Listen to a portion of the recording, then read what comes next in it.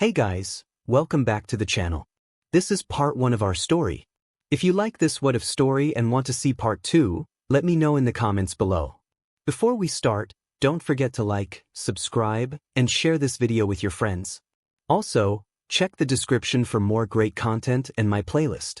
This story was posted by 𝗬𝗓1763577 on Wattpad. Now let's start. Iku's POV, I wake up. It's another horrible day that will SCK every single living part of me that's left out until I'm just a walking corpse. I sure feel like one with the way my body looks.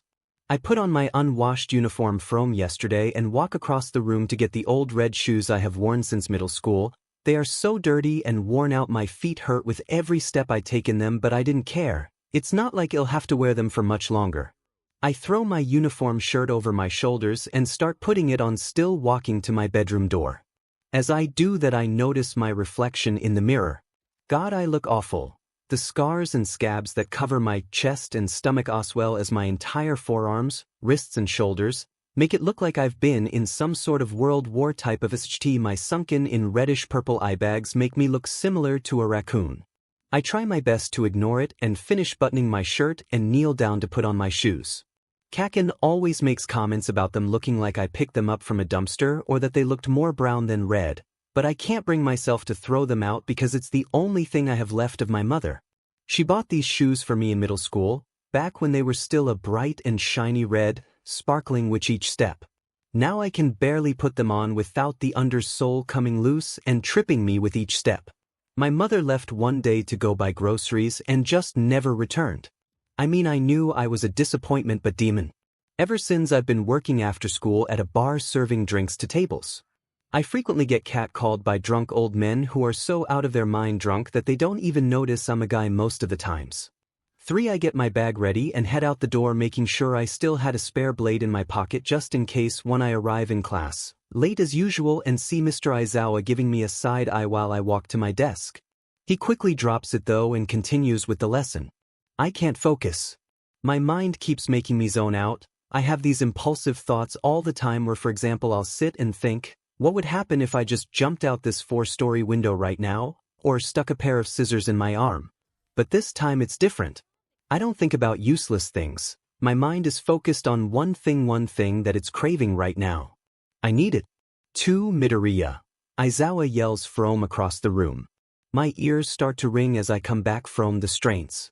I look up. I realized while I was zoning out I was subconsciously drawing line after line, harder and harder across my page until my pencil snapped. I guess Aizawa saw that and asked me a question. Sorry sir, I wasn't paying attention. Please repeat your question. I blurred out, giving a nervous laugh followed by an awkward grin. They're fake, but I have to at least act normal. Well, as normal as I can so that no one would notice. Aizawa sighs. Problem child. Come see me after class, we need to discuss something. Oh no. This can't be happening. No. Surely he doesn't know. He can't. There's no way. I just have to act normal and it'll be fine. Just don't mess up. I can do this. I've done it all my life. Lies after lies sprouting out my mouth to everyone. It's going to be fine. The bell rings and everyone walks out the class. Midoriya tries sneaking out with the group, but Aizawa calls out his name. He can't walk away now. You wanted to talk. I say, giving the same awkward smile as before. Aizawa's POV. Something is wrong with him. This isn't like him to be always late. He looks nervous, like he is hiding something. I will find out. Always do. 3. What's the matter with you, problem child? You have been late every day for almost 3 weeks now and your grades have dropped a lot and you never focus in class anymore. You are always on a different planet. The same goes with combat. The other day you nearly fell off that bridge whilst fighting and you didn't even care. What's going on? Nothing if wrong sir, I have just been extra tired, that's all. It must be my phone, I guess. I spit out as fast as I can so that I can get this over with as quickly as possible, the blade in my pocket in calling to me. For Aizawa POV, lie. There is definitely something wrong. I know it. He is fiddling with his hands again, which is a big indicator that he is nervous and uncomfortable. Hiding something. I will find out eventually, but not today. I have too much to do. It will have to wait. I let him walk away, thank God he let me go.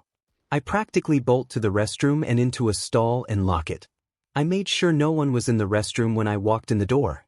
I dive my hand into my pocket and take the blade that was still inside and just sit there for a second or two. Thinking. Staring at my wrist that's already covered in old scars and new scabs from last night. I think about my grades, my mother, 𝗧𝗵𝗃𝗁's words, the words he spits out without thinking. I feel tears start to form in my eyes as my chest has the familiar feeling of sinking. Feeling like someone is pushing so incredibly hard on it, like my ribs are going to break. Without wasting another second, I take the blade, I press it down into my skin. Feeling the blade start to carve into my skin. The pain that follows after is horrendous.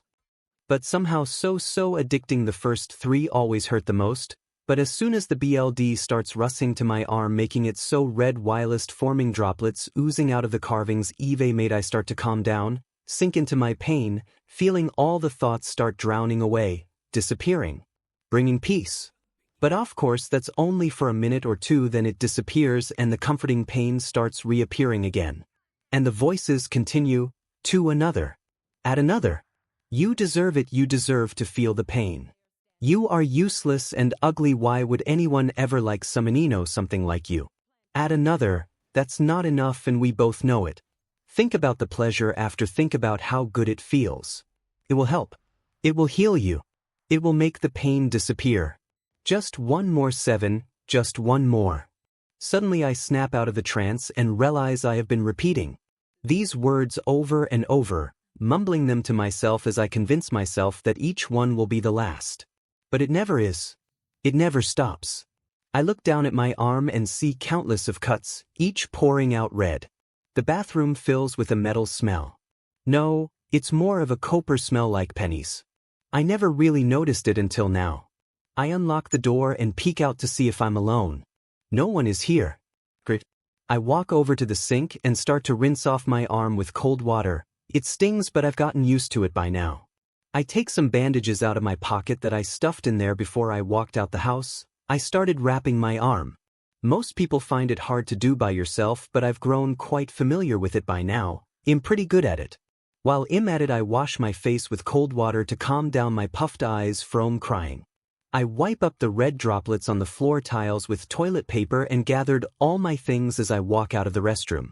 I don't know how it happened, but when I walked out the restroom, I immediately bumped straight into 𝗧𝗵𝗃 that was walking by. Hey, watch it, nerd. Honestly, look where TF you're walking. Now get out of my way, you're going to make me late for class, you lousy Ari. Yeah, he's right. Next PRD is starting. SHT, hopefully I make it in time. I don't want to cause any more suspicion to Aizawa. I walk as fast as I can and take my seat. Just in time. As Mr. Aizawa walks in, I can feel his eyes gazing at me. I ignore it and keep my head down.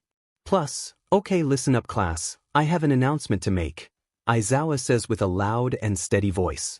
The class goes silent. There will be assigned dorms. Each dorm will have 2 people assigned to it. You will have 2 bedrooms, 1 bathroom, 1 small kitchen area, as well as a small living area. Boys and girls are separate into different wings. 5. Everyone started whispering amongst themselves almost instantly. Dorms. Wow, that's just great. Another person I have to deal with. God, please don't let it be someone creepy. Everyone come in an orderly fashion to my desk and I will give you your assigned dorm key. Make quick, I don't have all day. After a long wait, I finally get my dorm key. As soon as I have it in my hands, the bell rings. I can finally go home. School ended early because the kids had to go pack and get their stuff ready for the dorms. I get home and immediately start packing. A few shirts, most of which are long sleeves, some sweatpants, an all-night hoodie, a old gray hoodie and another 2 pairs of pants. I walk over to my desk and grabbed everything I thought I might need. Before I forget, I make sure to grab all of my hidden blades and extra gauze and bandages. I leave 1 blade just in case I need it. I packed a few of my all-night merch and bedding and head out the door. As soon as I open the dorm door, I notice someone had already been here. Their stuff is already in a room unpacked and a few things are scattered out and around the dorm.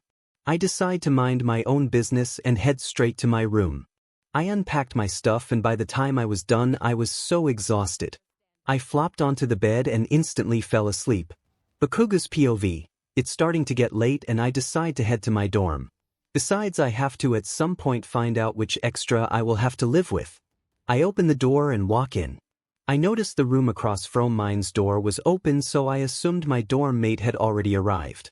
I walked to the door and knocked.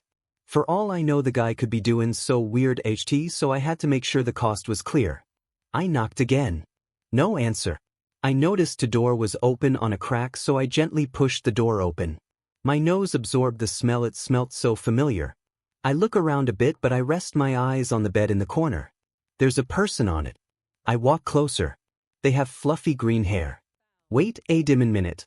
I walk closer, no longer caring if I make noise. Holy 𝗧𝗓𝗔𝗂𝘁𝗵𝗆 Deku. My life couldn't get any worse. This DMN nerd. 3. I looked at him blankly, confused by the position he was sleeping in. He was draped over the bed, half his body dangling off of it and his face stuffed into a pillow. His one arm and the opposite leg was dangling off the bed. I noticed his sleeve was pulled up a bit. There's bandages. What happened? Is he injured? Did someone hurt him? When did this happen? Wait, why TF do I even bother? It's not like I care. I turn around and stumble out of the room and make my way to my side. I take a shower and get into bed.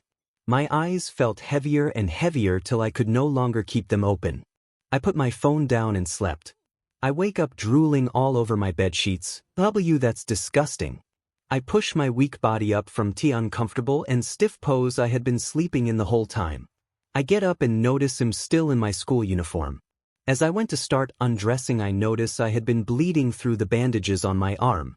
I decide it would be best I take a shower first, so I grab my black towel and the blade that was in my bag and start walking to the bathroom. I open my door and is immediately hit with the smell of pancakes. I walk around the corner to see who was making them, and then I froze. Kaken. What the hell are you doing in here? I live here, you idiot. You're my roommate. Yeah, I ain't happy either, so deal with it. Yeah, okay, whatever. I'm going to take a shower, so don't come in the bathroom. What do you think I do? Come in and stare at you while you shower, idiot? For I turn around and walk past him, towards the bathroom, hoping he doesn't see my cheeks getting red. I lock the door and turn on the shower. I start undressing. I take a glance in the mirror and my eyes are greeted with my horrific body. I hate it. It disgusts me. I disgust me.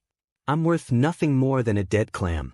I turn around and grab the blade I placed on the counter. I start.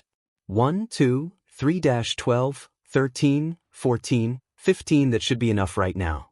I hop into the shower, letting the boiling hot water rinse over my body. The water at the drain is red from the BLD that was washing off my body. I feel a bit dizzy, so I go and sit down on the shower floor. I feel terrible. I get up and dry myself off with the towel. SHT, I exclaimed a bit too loud. My arms won't stop bleeding. BLD is dripping everywhere. I take the towel and press firmly onto my arm until most of the bleeding stopped after a while. I started to rewrap my arm tightly in bandages once again. Start dressing myself, but then I noticed. God damn it, I forgot pants. How the hell did I remember everything except my pants? I walk to the door and call out 3, Kaken. What do you want, dipshit? I forgot to bring pants.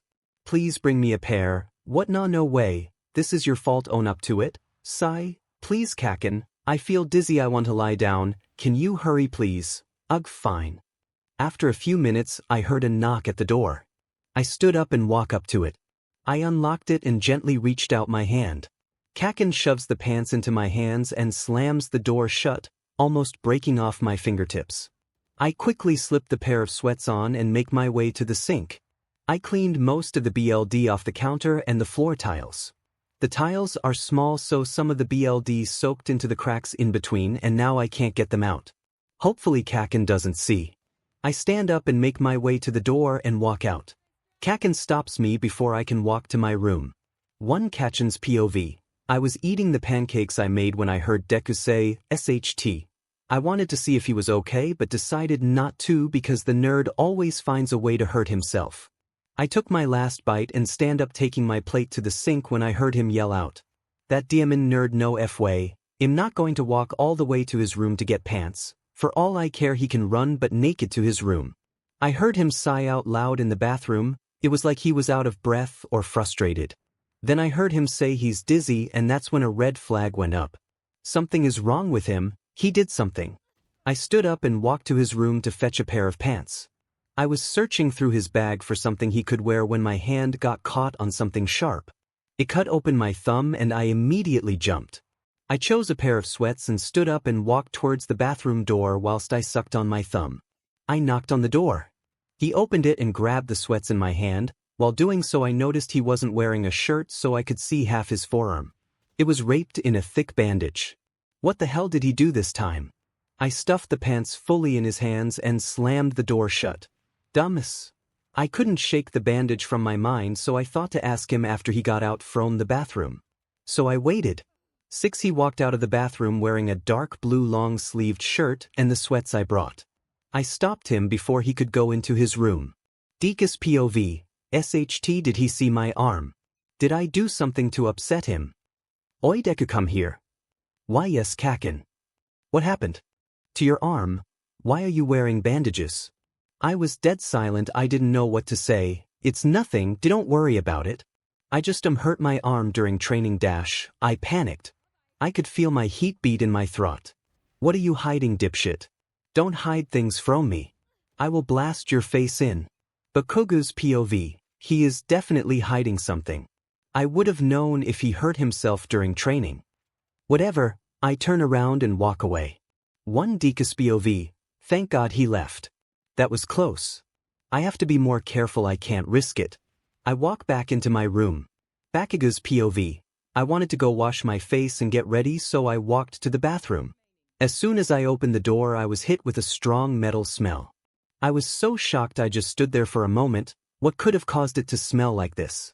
I choose to ignore it and continue rinsing and washing face. I tried grabbing the towel, but I dropped it on the floor.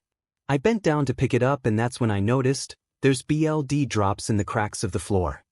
Is it Dekus? WTF? What is he hiding? I dry my face off and head to Deku's room. I open the door. What the F? Deku's POV. The bleeding won't stop. What to do? SHT, the blood is getting everywhere. I take of the now soaked bandages and put them aside. I look at the cuts. Did I add too much? One, no, you deserve it. You deserve to feel the pain. In fact, you should add more. Add more, Izuku. Don't try to hide the fact that you love the pain. You're sick, you're disgusting. You don't deserve to live. Why are you still here? Just end it all. Grab the blade and end it. For I snapped out of it when I heard Kaken open the door. Bitch, I know he can't see me like this. Not right now, but I don't have the energy to get up or yell at him to stay outside.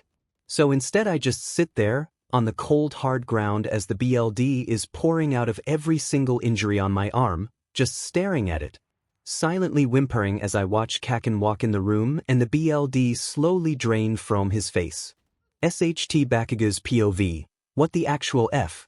I walk in and I see Deku sitting on the ground, in front of his bed in the corner with the all-might bedsheets.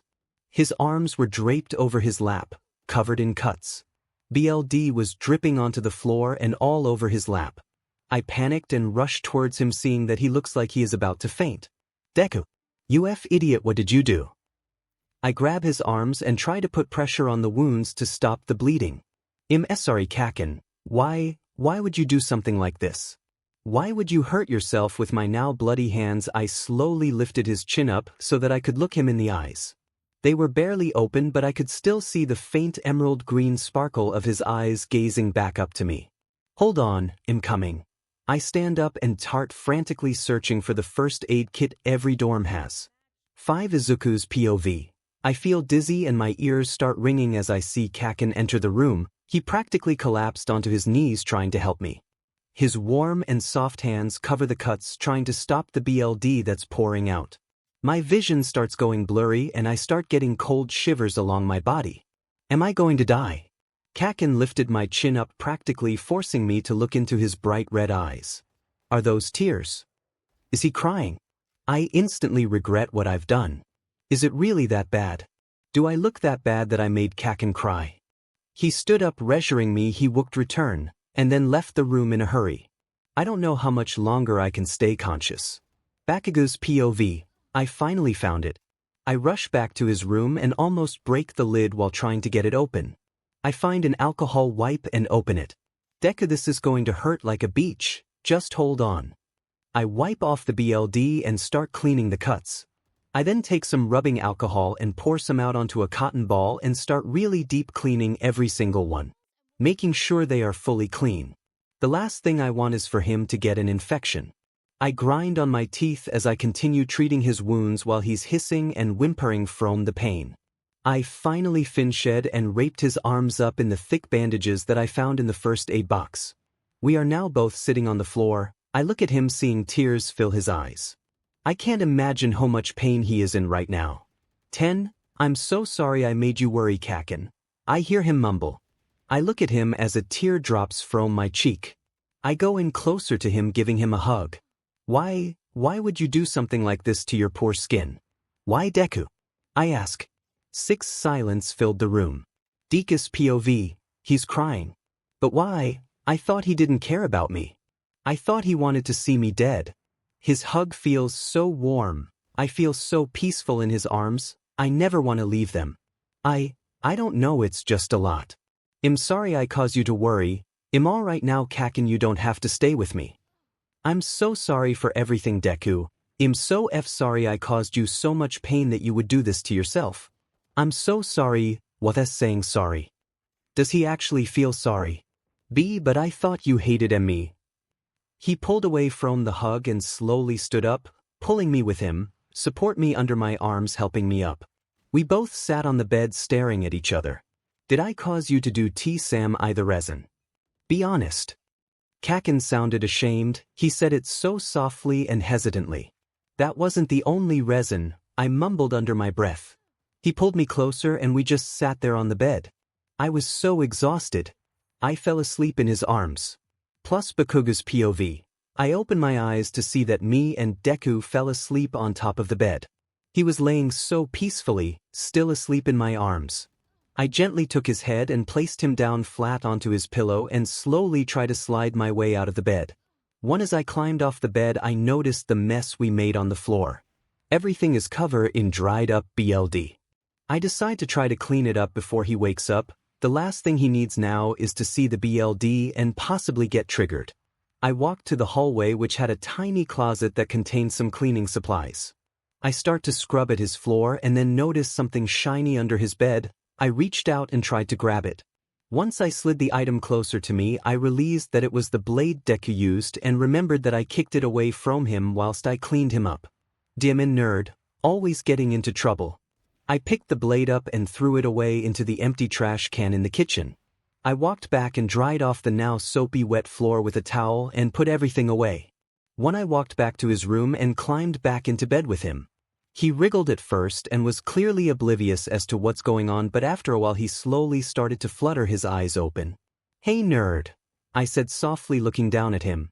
Kaken, he sounded so confused and looked at me as if he was dreaming or some.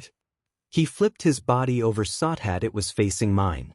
He pushed his head into my chest and for a few minutes we just laid there. I told him that we needed to get up and get dressed and ready. I pulled away from him and climbed back off the bed.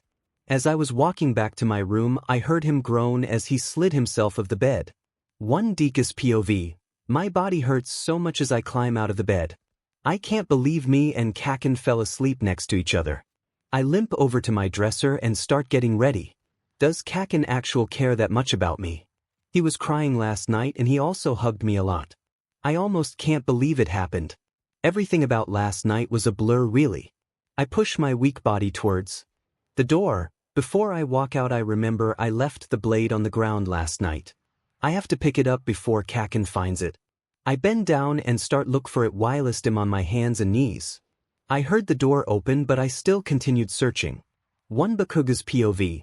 What is taking that dumbass so long to get ready? We're going to be late for class. I walked to his door and opened it. He is on the floor. What the hell is he doing now? I swear he is always doing some sort of dumb SHT. Is he looking for something? Then it hit me. The blade, he's looking for the blade. Oi, what are you doing?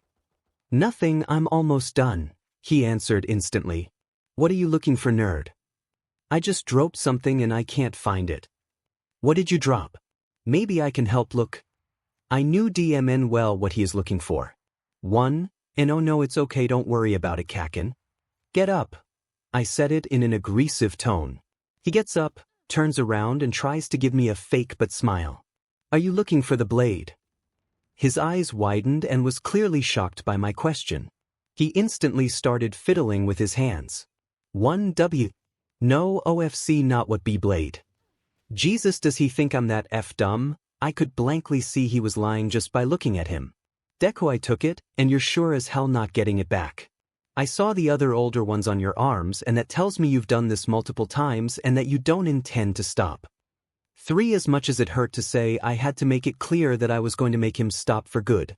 It pained me see the hurt in his eyes, and it overall made me sick to my stomach just thinking about all his scars. I can't believe he did that. I caused him to do that.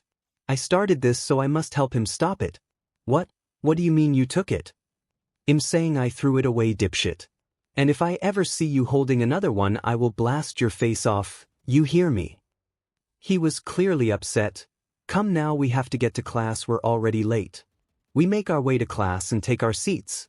Dumbass made us 15 minutes late. Dekus POV. What does she mean he took it? WTF, no, that was the sharpest one I had. It did it much easier and way faster. Now it's gone.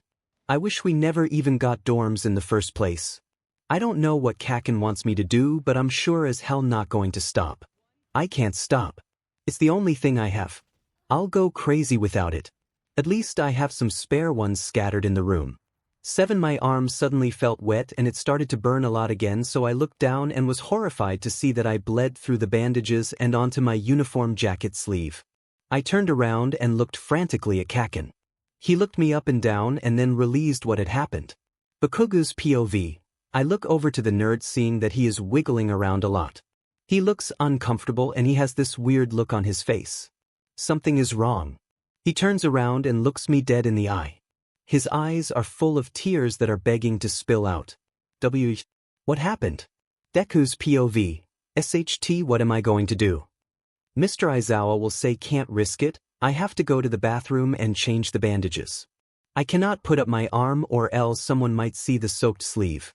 The BLD is starting to drip on the floor. I cannot wait any longer or else I might pass out again. I decide to make a run for it. I bolt out of that classroom and make a run for it. Halfway down the hall I feel a tug on my arm and am pulled back. OWA- for Aizawa POV. I was getting the papers ready to hand out the test results when I noticed Midoriya standing up from his seat. I wanted to ask what he was doing, but before I could, he bolted out of the room. Immediately a red flag went up in my mind, so I chased after him. I realized he was too fast to catch because of his quirk, so I activated mine and grappled onto his arm, pulling him back towards me. I walked closer and noticed he was crying. What's wrong, problem child, what happened? He didn't answer me, but I could see he had this look on his face. It looked almost as if he was in pain.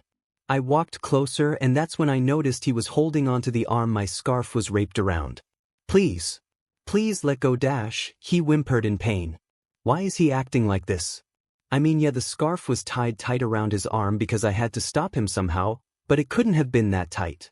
Unless he has an injury. I release his arm and immediately notice my scarf was covered in BLD, his jacket was also soaked and it seemed the source was under it.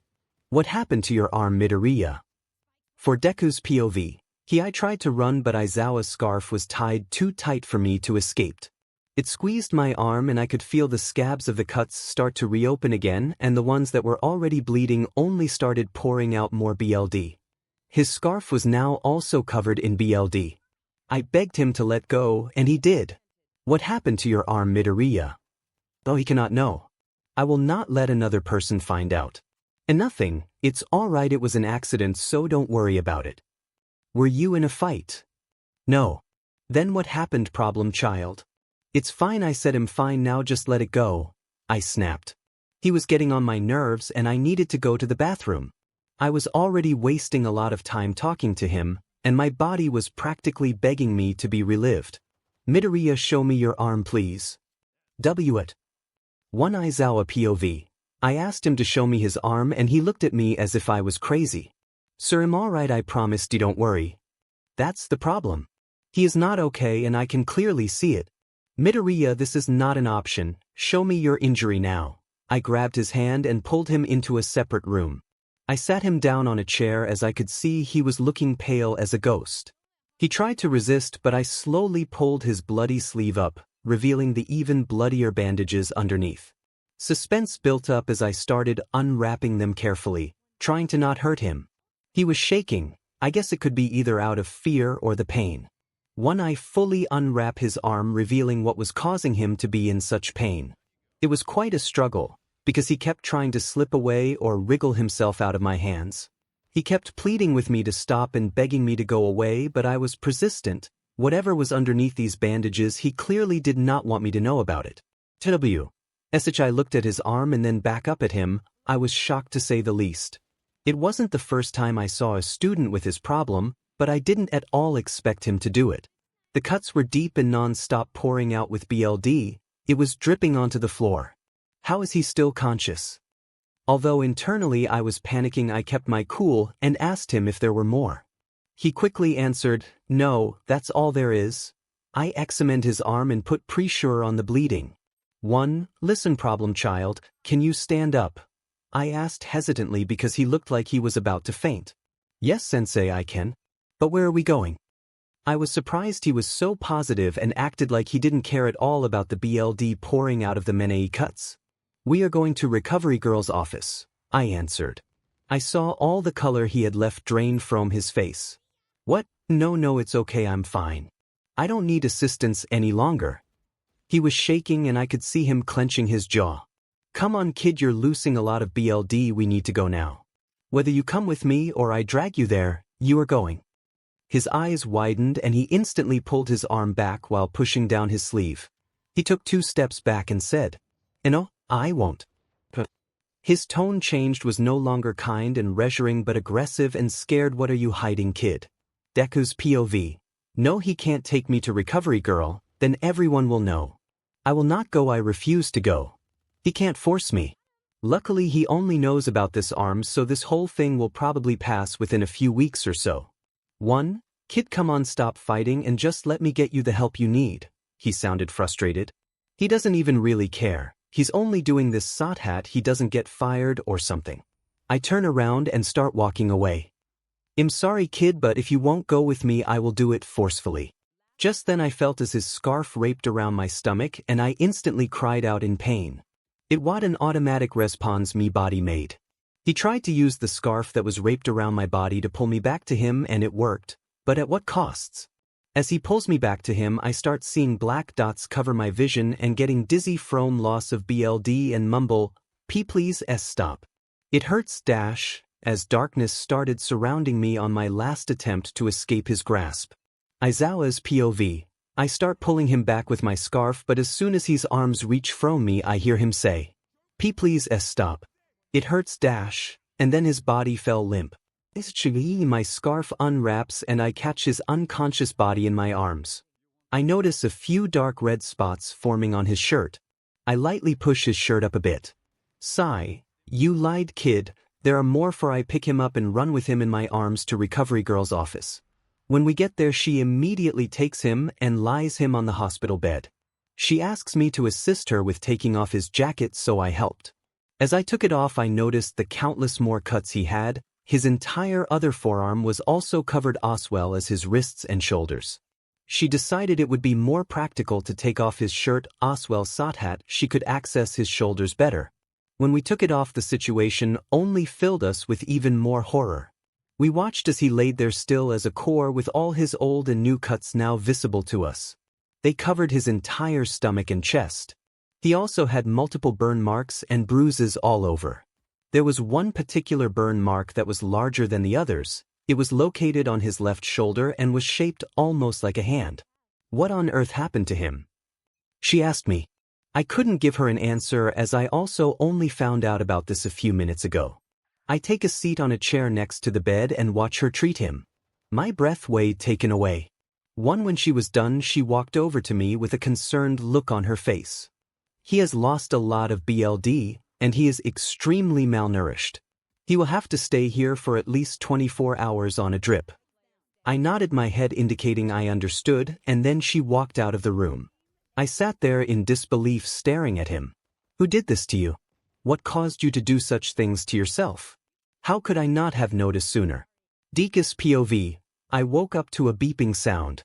When my eyes finally focused again, I noticed that I'm in a very bright room. I sat up and looked around. Am I in Recovery Girl's office? What the hell am I doing here? What happened? I looked down and noticed that my arms and chest/stomach are bandaged. Oh, SHT. No, this can't be happening. Does Aizawa know? I looked to my side and sure hell there he is sitting in a chair with his eyes closed. My heartbeat monitor spikes and the beeping increased with rapid speeds. SHT, I can't believe I messed things up again. Why am I such a 𝗕𝗵𝗲 burden to everyone? I should just die already. One Aizawa's POV. I'm a pretty light sleeper, so when I heard the beeping increase I immediately woke up. The kid's awake. I look up at him, it looks like he is hyperventilating. SHT, he's probably upset about me bringing him here. I stand up and move closer to him.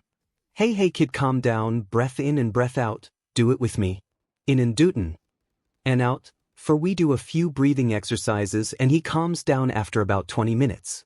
Deku's POV. The voices got louder and louder until I started hyperventilating. If it was me breathing so loud or the heart monitor that woke him up, but the next thing I know Mr. Aizawa is next to me doing some breathing exercises. I do it with him because the last thing I want now is to start going into an episode and have a panic attack in front of him. I calm down and look down at my open chest covered in bandages. I am disgusted of how my body looks, so I try to cover myself in the hospital bed sheets. Aizawa's POV. He looked down at the bandages but didn't act afraid or even mad that I brought him here. Instead he looked ashamed and immediately tried to cover himself with the bed sheets. I feel bad for this kid. I can't imagine what he has been through, all the pain and trauma. Are you mad at me? He mumbled softly. I could barely hear him. Mad? Why on earth would I be mad at you? I'm not mad, I'm just worried for your health. It is my job as a teacher to protect his students and I failed to do my job. No, you didn't. You are a great teacher. Don't doubt yourself. It's me who made some dumb mistakes and who deserves to be punished, not you. How could he say that?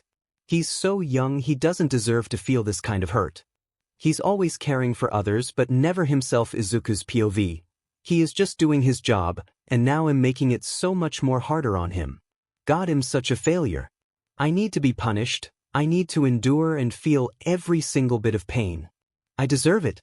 I have to ask you a few questions, and I want you to answer truthfully, please. Oh no, is he going to ask about the scars, or why I do it? I hope he doesn't, otherwise I'll be screwed. I can't let him in, he cannot know, otherwise he will never get off my back about it. Oh okay, Aizawa's POV. I begin asking the questions. When did you do this? Yesterday. Why did you do it? He was silent for a while, but after almost an eternity he answered. A lot of stuff contributed to it. IG. Does your parents know about your problem? I live with my mother. An absent father. Keep that in mind. Okay, does your mother know? OMG, no, please don't tell her. She can't know. Please, I don't want to bother her. Please, I've already caused her so much trouble, please don't. Why is he so concerned about his mother not finding out? Has she been mistreating him? Possibly. Where is your mother now? She's on a vacation. His heart rate picked up on the monitor. That's a lie. Do you know her cell? No, she doesn't have one. It went up again. Another lie. Why won't he let his mother come get him? Are there problems at home maybe? Listen, Midoriya, I want you to feel comfortable with talking to me about anything that has possibly been bothering you. Are you currently being hurt by another individual at this school? No, I'm fine. Can I go now? Yes, you may grab your things and go back to your dorm. Oh yeah, and Bakugo was here earlier and said that he knew, so I told him that if he catches you doing anything of this manner again he will let me know. Fine. He hops out of the bed and starts putting his clothing back on. And starts walking towards the door. I stop him last minute. Plus, please Midoriya, if you feel the need to do it again or even just want to talk, do not hesitate to talk to me. I am always here to listen and help, kid. for he nods his head and continued walking. Izuku's POV. I ran back to the dorm as fast as I could without looking back once. I cannot believe he found out. I was panicking so much when he asked those questions. 𝗔𝗂𝘁𝗵𝗲 could barely hold a straight face. I unlock the door and walk in. Immediately I see Kaken in the kitchen. The smell of food caught me off guard as it quickly filled the entire room. I turn around and lock the door. I think he heard that because I could hear him putting down the utensils he was using. He also knows. Bakugo POV. When I heard he was in Recovery Girl's office, I ran as quickly as I could to find out what happened. Aizawa was sitting on a chair next to his hospital bed when I walked in. He looked at me concerned as he moot out something along the lines of, "You can't be in here, get out." But I ignored him as I was more concerned about Deku than what this old fart had to say. I feel the blood drain from my face as I stared in shock at his limp body laying on the bed. He looked dead. Tears start forming in my eyes as they gaze upon each scar slicing across his soft skin, making his body look like a scared battlefield. I feel a thump in my throat when I notice the burn on his shoulder. Was that him? That's from so long ago I forgot about it, but he had to look at the nasty scar I gave to him every single day. I suddenly feel sick, like I'm going to puke, but I gather myself and stare back at him. How could I have caused you so much pain, yet you still have the courage to talk to me? A single tear escapes my eye as I drop on my knees, now kneeling next to his bed. Only one, because if Aizawa sees me cry he will know how weak I am, and therefore I'll never become a hero. Why Deku? Why do it again when I asked you so desperately not to? I softly almost whisper to him. I can no longer control the amount of emotion I am feeling at this moment, so I can't help but quietly sob under my breath as I refuse to look at Aizawa as he asks, "You knew?" I didn't answer his question, but I knew he understood that I was only trying to help him, fix him, make him better again, fix all the pain I caused. After a while, I go back to the dorms to gather myself. I decide to make Deku some food as I knew he would be exhausted when he woke up, and to apologize for not being able to help him when he needed me. I was just about to plate the food when I heard the door lock. He's back. I turn around to face him. His face is pale and he looks like he hasn't been eating anything. I walk towards him trying to grab his attention, but he refuses to look at me. He has this look on his face, he looks almost ashamed. This nerd is making me worry too much. We're now across from each other, standing in the room silently. The only thing you can hear is my sniffling because I have been crying so much earlier. I desperately try to mutter out some words, anything to make it less awkward and more comforting for him, but I fail. I walk closer to him, giving him a hug. I make sure not to do it too tightly as I don't intend on hurting him, as I already saw what he has been so carefully hiding from me under his clothes. Izuku's POV. He looked at me as if he has seen a ghost. His face looked so disappointed, like I've failed him once again. I mean I have, but it's different seeing it in person. He walks closer and I feel my heart sink as I notice his puffy eyes and red nose. Has he been crying over me? I never intended on hurting him. If Mr. Aizawa had just minded his own goddamn business, none of this would have happened. Plus he walks closer and gives me a hug. What? Why is he doing this? I don't deserve this. I failed him, made him worry, caused him pain, lied to him. Tears overwhelm my eyes and I start sobbing into his shirt. He hugs me tighter in an effort to comfort me, but all it does is put pressure on the cuts I placed there.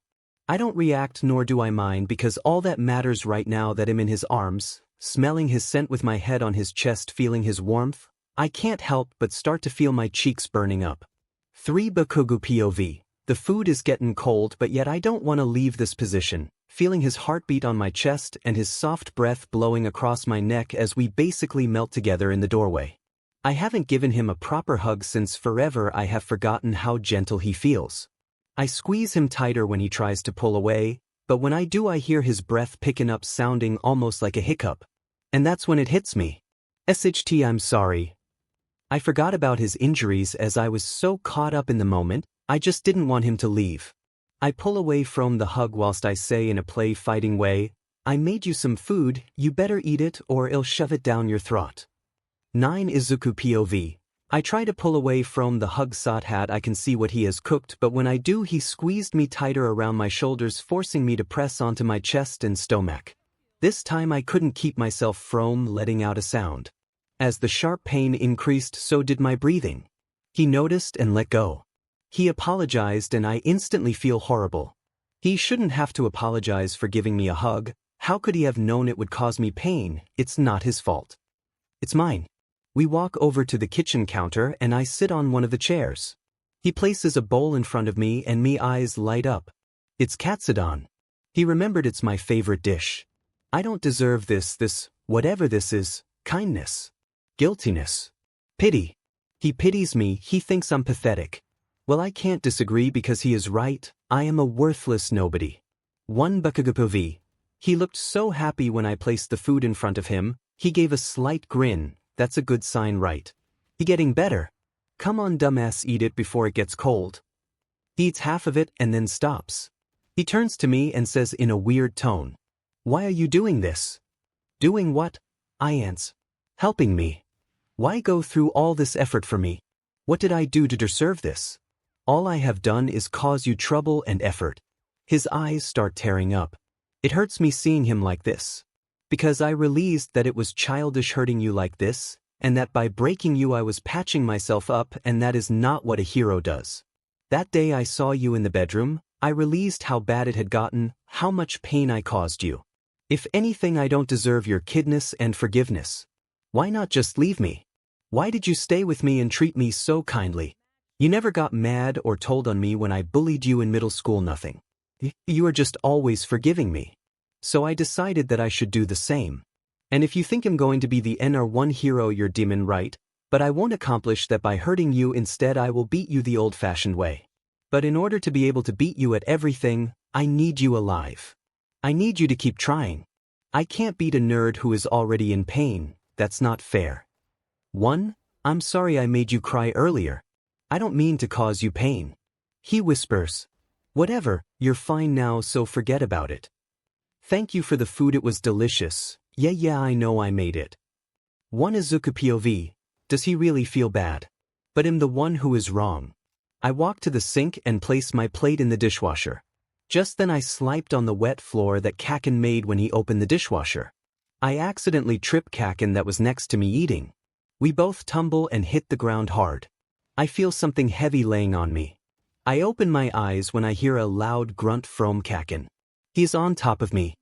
My face starts burning up as we are staring at each other inches away from our faces touching. 1. Bakugou POV. I watch as the nerd places his plate in the dishwasher and start walking away. SHT, I forgot to tell him about the wet floor.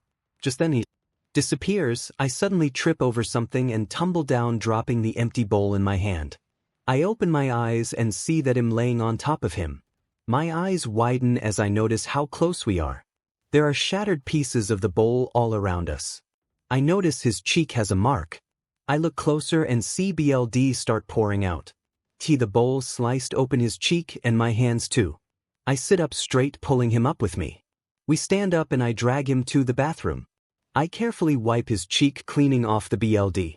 I look over and notice how red his ears and cheeks have gotten. He has always does this thing where his ears turn red when he is embarrassed. It's kinda cute. 3. Izuku POV. He wipes down my cheek as I stand there still as can be, trying not to move as we are inches away from each other. I can feel his breath blowing onto my face, making mine increase. We are so close, too close. I kinda like it. My face is now burning as I stare into his blood red eyes. The tension in the air is unbearable as he inches in closer to me and Izuku POV. He inches closer and kisses me. His lips crashing against mine was like icing added to a cake. It fits so perfectly.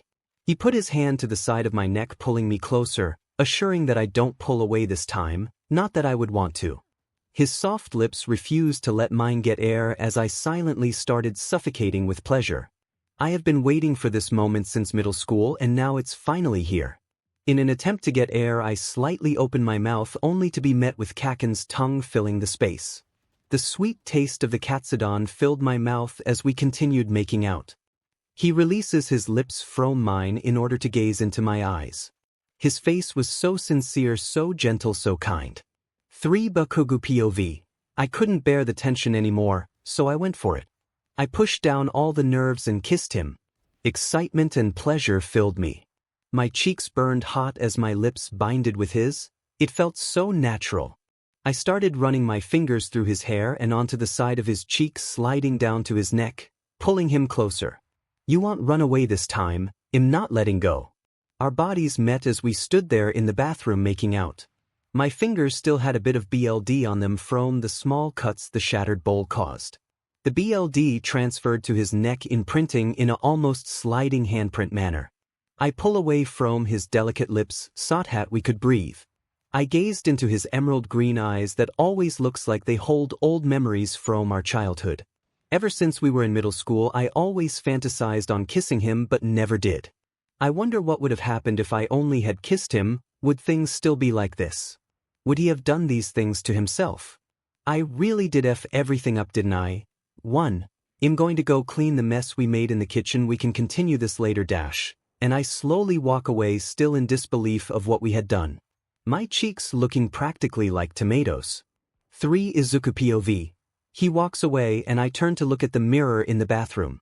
My face and ears are burning red.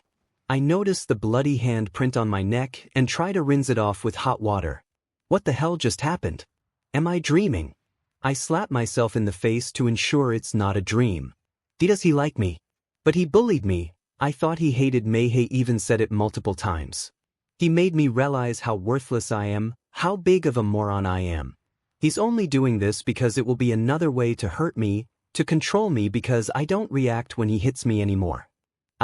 He hasn't gotten physical with me in a very long time. Whatever he's planning IDC anymore, I'm just going to live in the moment and cherish his kindness for now. The next day, Bakugo POV. I stand at the door as I'm waiting on Deku getting ready. He is taking so goddamn long. With this pace we'll for sure be late for first PRD. He finished putting on his uniform and said he needed to just brush his teeth, but he has been in the bathroom for over 20 minutes. What the F is he doing in there? Deku, god damn it, get your butt out here right now or I'm leaving without you. 2. I'll just be a minute. You can leave so long I will catch up, he answered. He sounded irritated, and as if he was focusing on something. What is he doing? I walk over to the door and knock. 1. Kaken. And no, don't come in, I'm almost done, I promise. He sounded scared. What is he doing? I hesitate before turning the door handle. He sure as hell better not be doing what I think he is. Izuku POV. I woke up to a warm feeling on my stomach. I look down and realize I bled through the bandages. I have to clean this before Kaken notices. I stand up and start putting on my uniform whilst I put pressure on the bleeding with an old t-shirt. I run to the bathroom trying to avoid Kaken. I immediately start trying to contain the bleeding, but it wouldn't stop. I took off my shirt revealing all of my injuries and start trying to bandage it. I struggle to open the second packet of newly bought bandages as I'm also trying to keep myself from bleeding out. The amount of BLD on my hands make it nearly impossible to get the plastic wrapper off. I then hear a knock on the door and immediately start to panic. Kaken cannot see me like this. I'm a bloody mess. There's BLD dripping from my stomach to my knees and bloody handprints all over my chest and sides. I try to keep him out, but my voice is so shaky and I think he suspected something because he then opened the door. We locked eyes as he stared in horror at me. What the F? 1. Bakugo. I opened the door and immediately froze. There he was standing shirtless with all of his cuts visible now. He had BLD dripping on the floor and running down his hands. He was bleeding from 2 specific cuts on the side of his stomach. Oh Deku, what have you done? His face was filled with fear. He was shaking so much as if someone threw him with ice water. His eyes were filled with tears as he whimpered in pain. He was holding something in a plastic wrapper, but it was so covered in BLD I couldn't make out what it was. DQ at the F, I whispered in shock. Bakugo POV. What the hell? Why didn't you call me? We agreed that you would tell me if you wanted to do it. It's not what it looks like. I bled through the bandages. They're not new, I promise. If I find out you're lying, I will smash your stupid face in. I grab a towel and start walking closer to him. Why didn't he tell me this happened? I could have helped sooner. Now we will for sure be late for second PRD. Aizawa is going to kill us, I say whilst giving a sigh. I grab the packet out of his bloody hands and replace it with a towel. Bandages. I couldn't get it open, he mumbled in shame. 𝗕𝗨𝗧𝗔𝗊𝗧 it's covered in BLD. I open it and start unwrapping the bandages. I wipe down his stomach and chest with the towel to ensure the BLD stops, at least for a while. I take some rubbing alcohol I saw on the bathroom counter and start treating his wounds. He must have tried to disinfect it by himself. Dumbass. I slowly start to wrap the bandages around his stomach, leaning closer and closer to his chest each time I wrap it around. I tuck the bandages and help him put his shirt back on. He was shy at first to ask me for help, but I insisted as I saw how much pain he was still in from the other scabs on his body that weren't pouring out BLD for. "Thank you for helping me. Sorry I made us late," he said in a soft voice. I look at his now messy hair and start to comb it with my fingers in an effort to make it look better. Yeah, whatever. Just next time, well, there better not be a next time. But next time this happens, tell me 𝗧𝗏 we don't cover the bathroom in BLD, please. I quite like the tiles white. 1. He lets out a slight giggle. I can't tell if it's fake, but all I know is he looks adorable whilst doing it. 1 in class Aizawa. We're doing patrol today, so everyone go get changed and meet me outside. Izuku POV. We're patrolling the city today. I wonder who will be my partner. Aizawa. Okay, I'm going to announce your pairs, so please get into the pair and well go from there. Denki and Tsu, Momo and Todoroki, Mina and Uraraka, Aoyama and Mineta, Ida and Shuji and Bakugou and 𝗕𝗁𝗵𝗃 leaves you Midoriya. OFC no one's going to be my partner. I mean, who would want to patrol with me? I'm slow, dumb, and useless. Bakugou POV. That stupid nerd didn't get a partner. I watched as his smile faded when Aizawa announced the partners.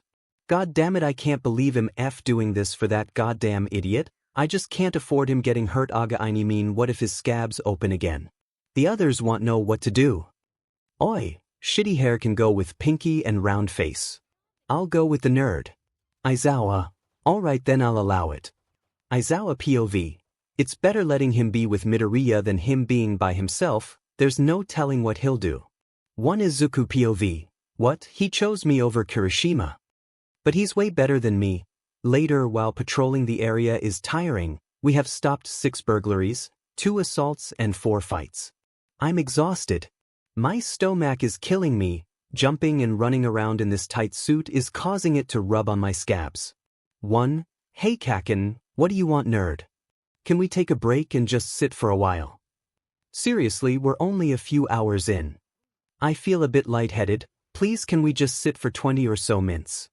Fine, whatever. We sit on an old building that's about 5 stories up. 𝗧𝗏 we can keep an eye out if we spot someone doing mischief. I look down and only now realize how high up we really are. Someone could probably die if they were to fell correctly off of this building. 1. Hey dumbass. Yes.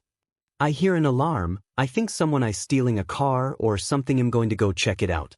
I'll be back soon. Don't do anything stupid while I'm gone. 1. Alright, be careful. I look down and I can't help but think what would happen if I accidentally slipped and fell head first. Then the thoughts start flooding in again. Jump. No one cares. It won't make a difference, just jump. Let the pain carry you away into the void. Jump. It will end the suffering. You deserve to die. You're a worthless mutt who doesn't even have a good quirk. You can say you slipped, just take that small step off. It will just be a little fall, then it will all be over. All the pain will disappear. After a while no one will even care that it happened, so just jump. Now, before Kaken comes back. Jump. 2. I slowly feel myself starting to inch closer to the edge, step by step until I'm basically hovering on the edge. Jump. The world will be so much better without you. Even Kaken said it. Take a swan dive off the roof and hope that you'll be born with a quirk in your next life. He doesn't love you, he is using you. Who would ever love you? He hates you, he despises you. He would be so happy if you just jumped. Don't you want to see him happy? All you have done is cause him pain. So jump. Now, I take another step, but just as I do I hear someone call my name, Deku. Bakugou POV. We went to rest on an old building. He told me he felt dizzy. I mean, he did lose a lot of BLD this morning, so I can't blame him. The last thing I needed right now is for him to pass out. I heard some kind of alarm in the alleyway next to us and went to check it out. When I got back I looked up and noticed the nerd walking closer to the edge of the building. It was pretty high up, so a fall from that height would likely be lethal. He has this look on his face, he's not scared. He steps closer to the edge and I realize what he's about to do. I rush up the stairs praying I make it in time. When I get to the top I see that he is inches away from falling, so I use my blasters to run faster towards him. I grab him in mid-air as he was about to fall. When I grabbed him I noticed he was mumbling to himself something swan dive. He repeated it over and over again. Does he still remember that? All those horrible things I told him to do still remembers. whatifdeku, I can't believe he actually tried to do it, whilst I'm with him. Did he think I would just let him do that? 1D. You piece of if was that? 𝗕𝗁𝗁. He was shaking, his eyes were wide and he had this surprised look on his face. What the hell were you doing just now? What do why you mean he I wasn't doing anything. That's AF lie. I'm not AF idiot. Why the hell were you trying to kill yourself? So many emotions ran through me that I didn't even notice the tears forming in my eyes. He stayed silent. He looked at me emotionless, it irritated me. Nerd, you won't play this off like you always do. Just then we heard a loud crash behind us. I immediately turned around instantly in combat mode. We will continue this later, Shigaraki. Well, what do we have here? A few so-called heroes. What you saving cats stuck in trees. Pathetic. Essentially it's the 𝗬𝗵𝗲 toga. Wow, how cute. Were you two having a moment just now? So sorry we interrupted. Bakugo. Cut the CRP. What do you want? Toga. Is the baby mad we bursted his bubble? Bakugo. Tisk. Shigaraki. A little birdie told us that the green-haired boy has a direct connection to All Might. So OFC we just had to have a piece of him. Why don't you make it easy for all of us and just hand him over? Bakugo. Like F hell I will. Why don't y'all make it easy for yourselves and F off to whatever hole you came from? You ain't getting him. Toga. Sorry Mr. Boyfriend, but that's not how it works. Now hand him over, he is ours. Back off. Bakugo. F off before I blast your face into face. Toga. Too bad, we'll just take him then. After the fight. Bakugo has lost and Toga has Izuku's hands bound. Toga. I really did expect better from you Katsuki. Bakugo. Don't call me that. Shigaraki has his hand on Bakugo's neck. Toga. So Izuku, what is your relationship with All Might? Midoriya. Stay away.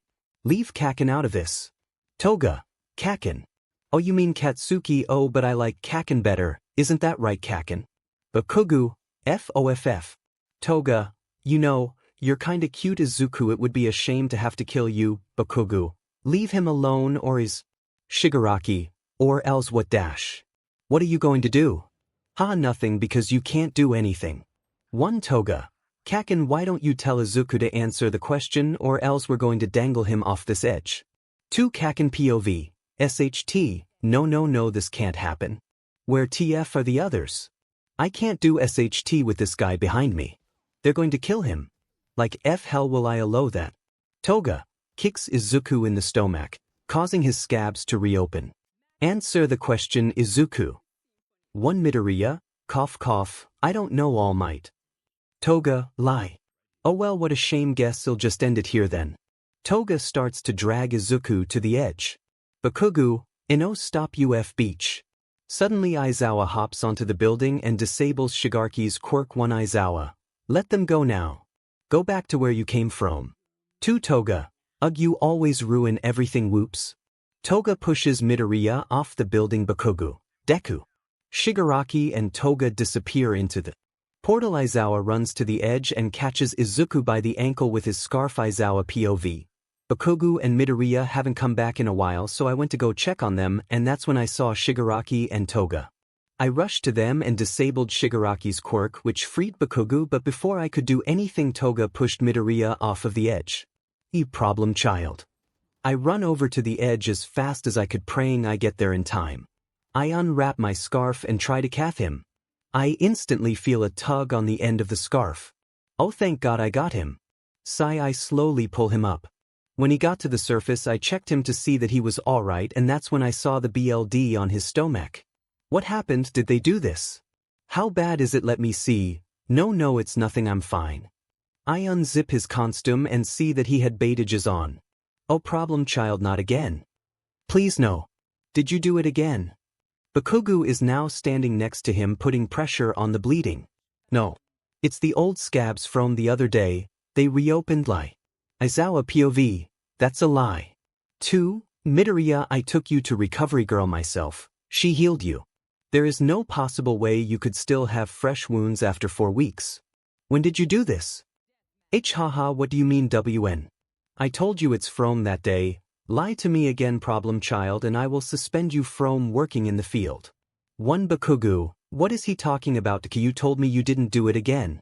You said it was from that day. Aizawa, you knew. And you didn't tell me. I gave you clear instructions to tell me if he gets injured again. I am highly disappointed in you both, for not only resting in an open area making you vulnerable for a villain attack but also for lying to me. Izuku POV, tears start pouring out of my eyes as I start uncontrollably sobbing. Kaken will for sure hate me now for lying to him, and Mr. Aizawa will never forgive me. I really screwed up. Why can't I just do something right for once? I wish Aizawa never caught me with his stupid scarf. 2. Aizawa, take Midoriya to Recovery Girl to get him cleaned up, and when you get back you'll have a talk with both of you. 1. Kaken helps me up and we start making our way to Recovery Girl. We didn't speak at all the whole time. When I got there she cleaned me up and put fresh bandages on, after me and Kaken went back to the dorms. Hey Deku. Yeah Kaken. What did you mean when you were mumbling to yourself at the rooftop? What do you mean? You said Swan Dive was at me. Did I cause you to almost die? 1. Keikachano. It's not like that. Then what is it, huh?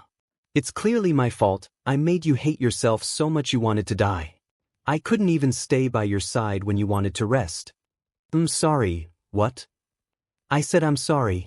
I'm sorry I caused you so much pain. I'm sorry I have told you such horrible things in the past. I'm sorry I hurt you. I'm sorry I can't be better. I'm sorry Deku. 1. I walk towards Kaken slowly. It's weird seeing him so vulnerable.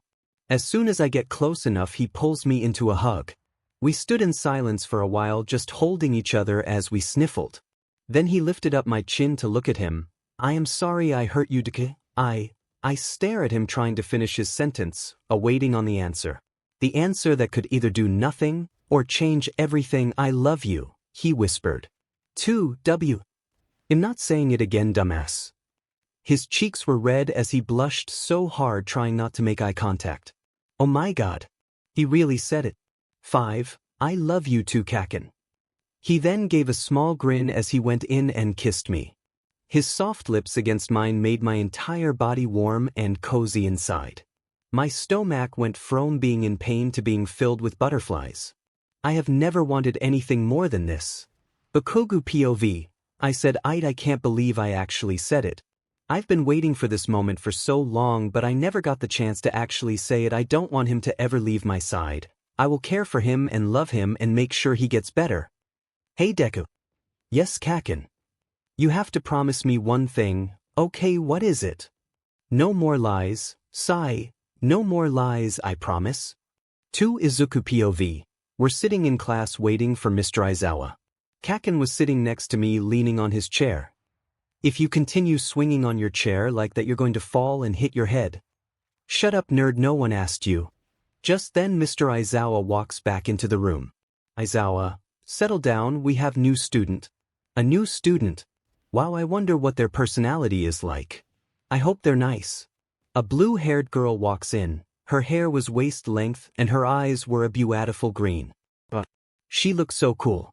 For Aizawa, introduce yourself, Tamrin. Hey guys. My name's Tamrin but y'all can call me Tam or Tammy. My quirk is shape-shifting, which basically means I can transform myself into any living being. I hope we can all become very good friends. She seemed so nice, and her quirk is so cool. Everyone quickly got very close to her, especially Uraraka and Ida. But as time went by I noticed she was avoiding me or talking over me each time I wanted to talk. She was acting as if I didn't exist. 3. Present Uraraka. Hey Tammy, do you want to hang out with us for lunch today, if you're not busy? Tam, sure. 1. Uraraka, great. Me, Ida, Mina, Denki and Midoriya usually sit at that table right across the cafe. You can join us later. Tam, will do. At lunch Uraraka. Oh hey Tam. Have a seat. Oh. All the spaces are full Tam. Oh it's okay, Izuku. Don't worry, you can have my seat. Tam, no don't worry it's fine, I'll just sit alone. Uraraka, oh no. Please stay, Midoriya doesn't mind going someplace else. 8 Izuku, Ida, yeah come on see he is totally fine with it, besides he never talks a lot at lunch so he will be fine alone. 5 Izuku POV, W. How can they just say something like that when I stand up and walk away? Whilst I walk I notice them all smiling and laughing extra loud. Are they happier without me? I start to tear up. I know it's dumb and no reason to cry over but that actually really hurt my feelings. I walk to the classroom to grab my backpack and walk over to the restroom. Once inside the restroom I make sure I am alone and then take out the blade. I pull up my sleeve and stare at my now barely healed scars. I'm sorry Kaken. I put the blade to my skin and press down. I quickly started sobbing, not because of the pain but because I can't tell Kaken. The BLD started forming a droplet that soon grew bigger and bigger as I dragged the blade across my skin. 12. Just then I hear footsteps approach followed by a loud voice calling out, Deku where the F are you? It's Kaken, he found me. I run into a stall and lock the door. Whilst doing so the droplets that formed had run down my arm and dripped onto the floor. 2 Bakugou POV. I watch as Deku's friend group makes him stand up and leave. Quickly after the new girl sits down, they act as if nothing happened assholes. I follow Deku through the hallways as I can clearly see he is crying. He grabs his bag and start walking faster. What is he up to? He runs into the bathroom and I quickly follow him, fearing he might do it again. I burst through the door and am immediately greeted with the stall door closing in my face. I look around the bathroom, his bag bandages inside. And there's something on the floor. Some BLD droplets. 𝗬𝗓𝗵𝗃. Izuku POV. No, he is going to kill me if he sees I did it again. He will be so disappointed that he will never want to be with me again. He will be so disgusted and disgusted that he'll never kiss me again. Kaken, Deku open the door now, he sounds stern and serious. 1 Izuku, no I can't. I won't. Kaken, what happened nerd? Izuku, nothing. Just leave please. Kaken, are you hurt? Izuku, no. Kaken, don't lie to me. Izuku, I'm fine leave me. Kaken, Deku please open the door let me help you. Izuku, please go Kaken, please let me in, I can help. Izuku, sniffling and soft whimpering Kacha. Izuku please let me help you are hurt please. Izuku POV, Izuku. Izuku, and no sniff you will be mad, Kaken. Izuku, please, you're going to be disappointed just, go, sniff Kaken, mad. Deku what did you do had happened? You're scaring me. Let me in please let me help you I promise I won't be mad. Please. Door unlocks we are still following Izuku's POV by the way Kaken. Oh Deku goes on knees and sit next to Deku huddled next the toilet Izuku. I don't know, I can't stop. I don't want to stop. Please I can't. 1 Deku places blade onto skin again. 2 Kaken, stop. Odo. You have come so far please. Izuku, I can't, I have already ruined everything I need this, I deserve this, I need to see the BLD, I need the pain, the smell I need it. Sobbing Kaken, fine, take my arm instead, do it. 2 Izuku, W. Kaken, oh you heard me, do to my arm whatever you would normally do to yours. Go ahead do it. Izuku, no I can't. No. Kaken, come on don't think just do it. Please do whatever you need to feel better. Izuku, and no I can't hurt you like that. Sniff Kaken, then why do it to yourself? Izuku, but I deserve it. Kaken, takes blade away. No nerd you don't, Izuku cries into Kaken's arms Kaken. It's okay I'm here now, we will get through this I promise. Bakugo POV, how can he say such horrible things about himself? He doesn't deserve this. I take a piece of toilet paper and wipe down his arm. Deku, are you mad at me? Bakugo, no why would I be? When I help him stand up, he stumbled a bit but soon stood upright next to me. Deku, because I failed you, Bakugo, failed me. No you didn't. I'm still here with you aren't I? I wipe his cheeks and unlock the door. Bakugo, I told you, I'm here for you whenever you need me. He didn't answer me, he just kept looking down at the ground. So I slowly lift his chin up to face me. One Bakugo, look at me. He stares at me with puffy eyes from crying. Bakugo, I love you. And then I kiss him one Izuku POV. He said it properly without whispering. And then he kissed me. Every time he kisses me it feels like I'm floating on a cloud, like he's pulling me away from my dense and scarred body, away from all my problems, closer to him. 3 Bakugo, promise me that next time you feel the urge to do it again you come find me.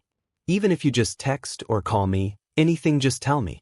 Izuku, okay. The bell rings and we head to the next PRD. I walk over to my seat, I sit in front of Kaken. To my left is Tamrin. Class begins.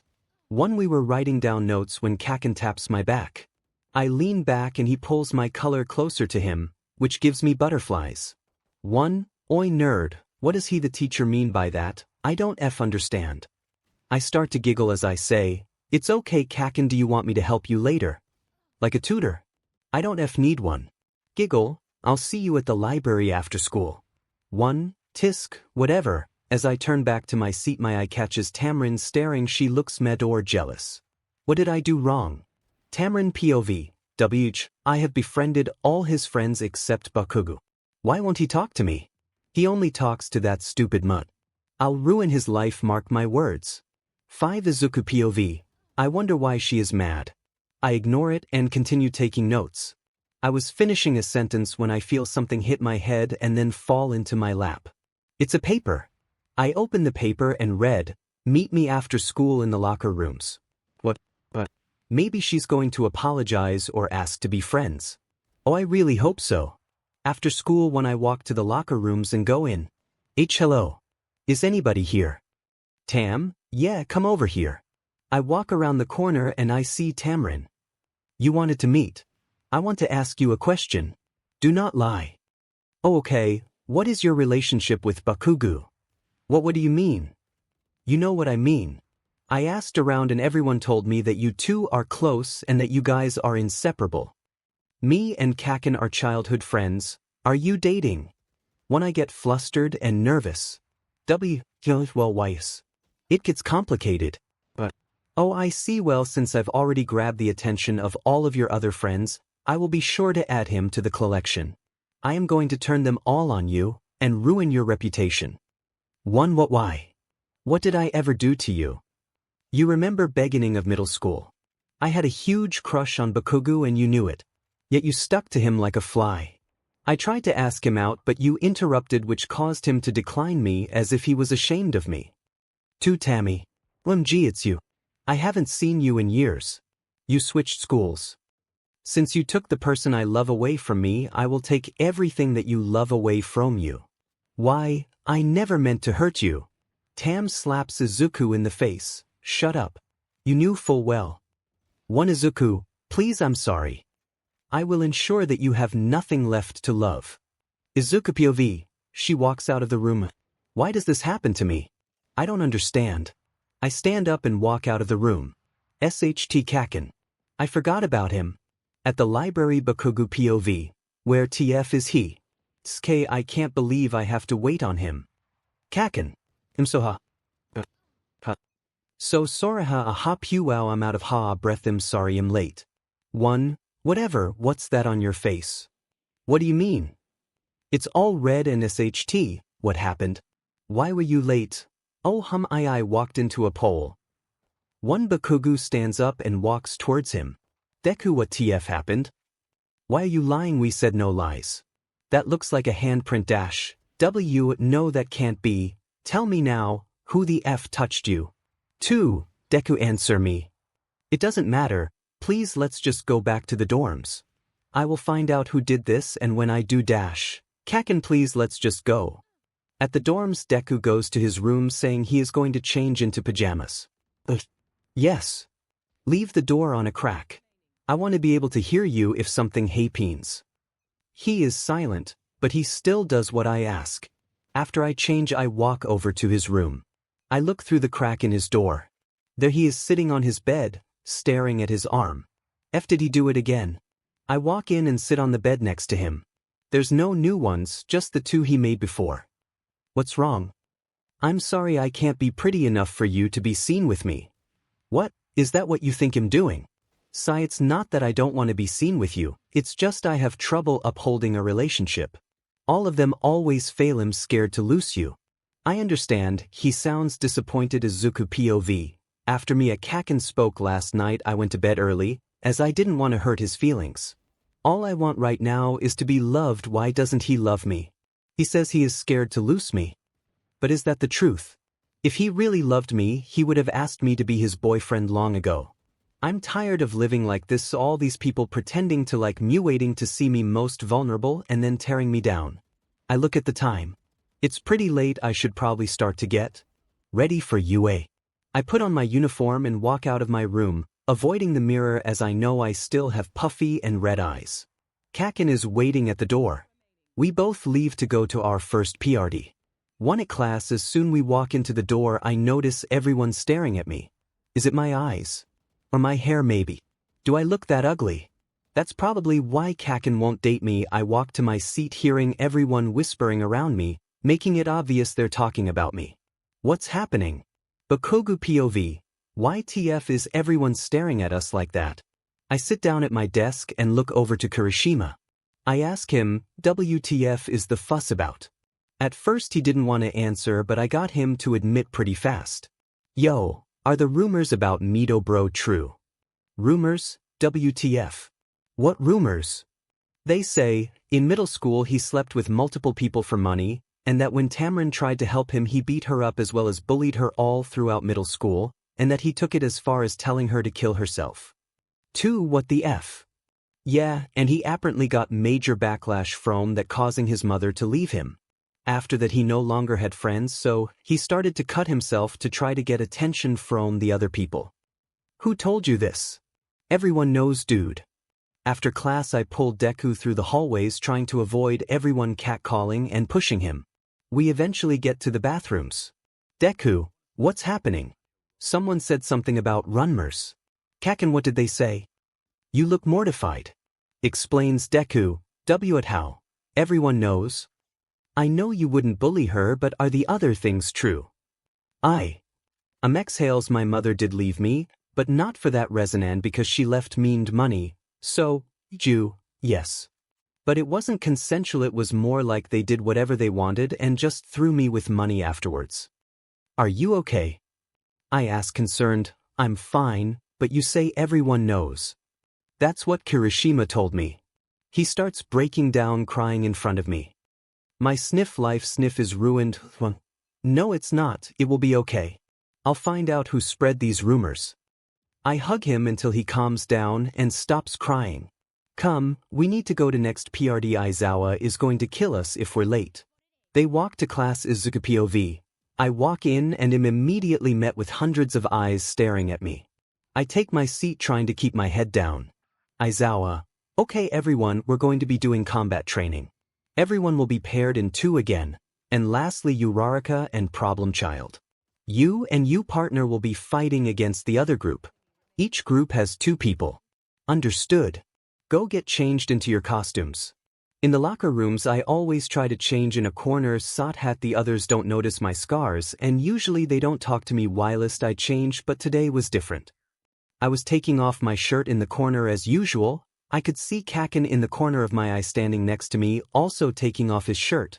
I was admiring every little curve, every scar, every piece of skin on his body when suddenly I feel a presence behind me. It wasn't Kaken because I could still see him changing. Shoji, hey Midoriya, we have to talk. Izuku, oh hey. I still had my back turned, but I was obviously still very nervous and uncomfortable because I wasn't wearing my shirt, meaning all of my scars were exposed. Shoji, so the rumors are true. Izuku, what no? Shoji, how dare you lie to me? I cannot believe you bullied Tammy so much that she tried to kill herself. You 𝗬𝗏. You deserve to have no friends after what you did.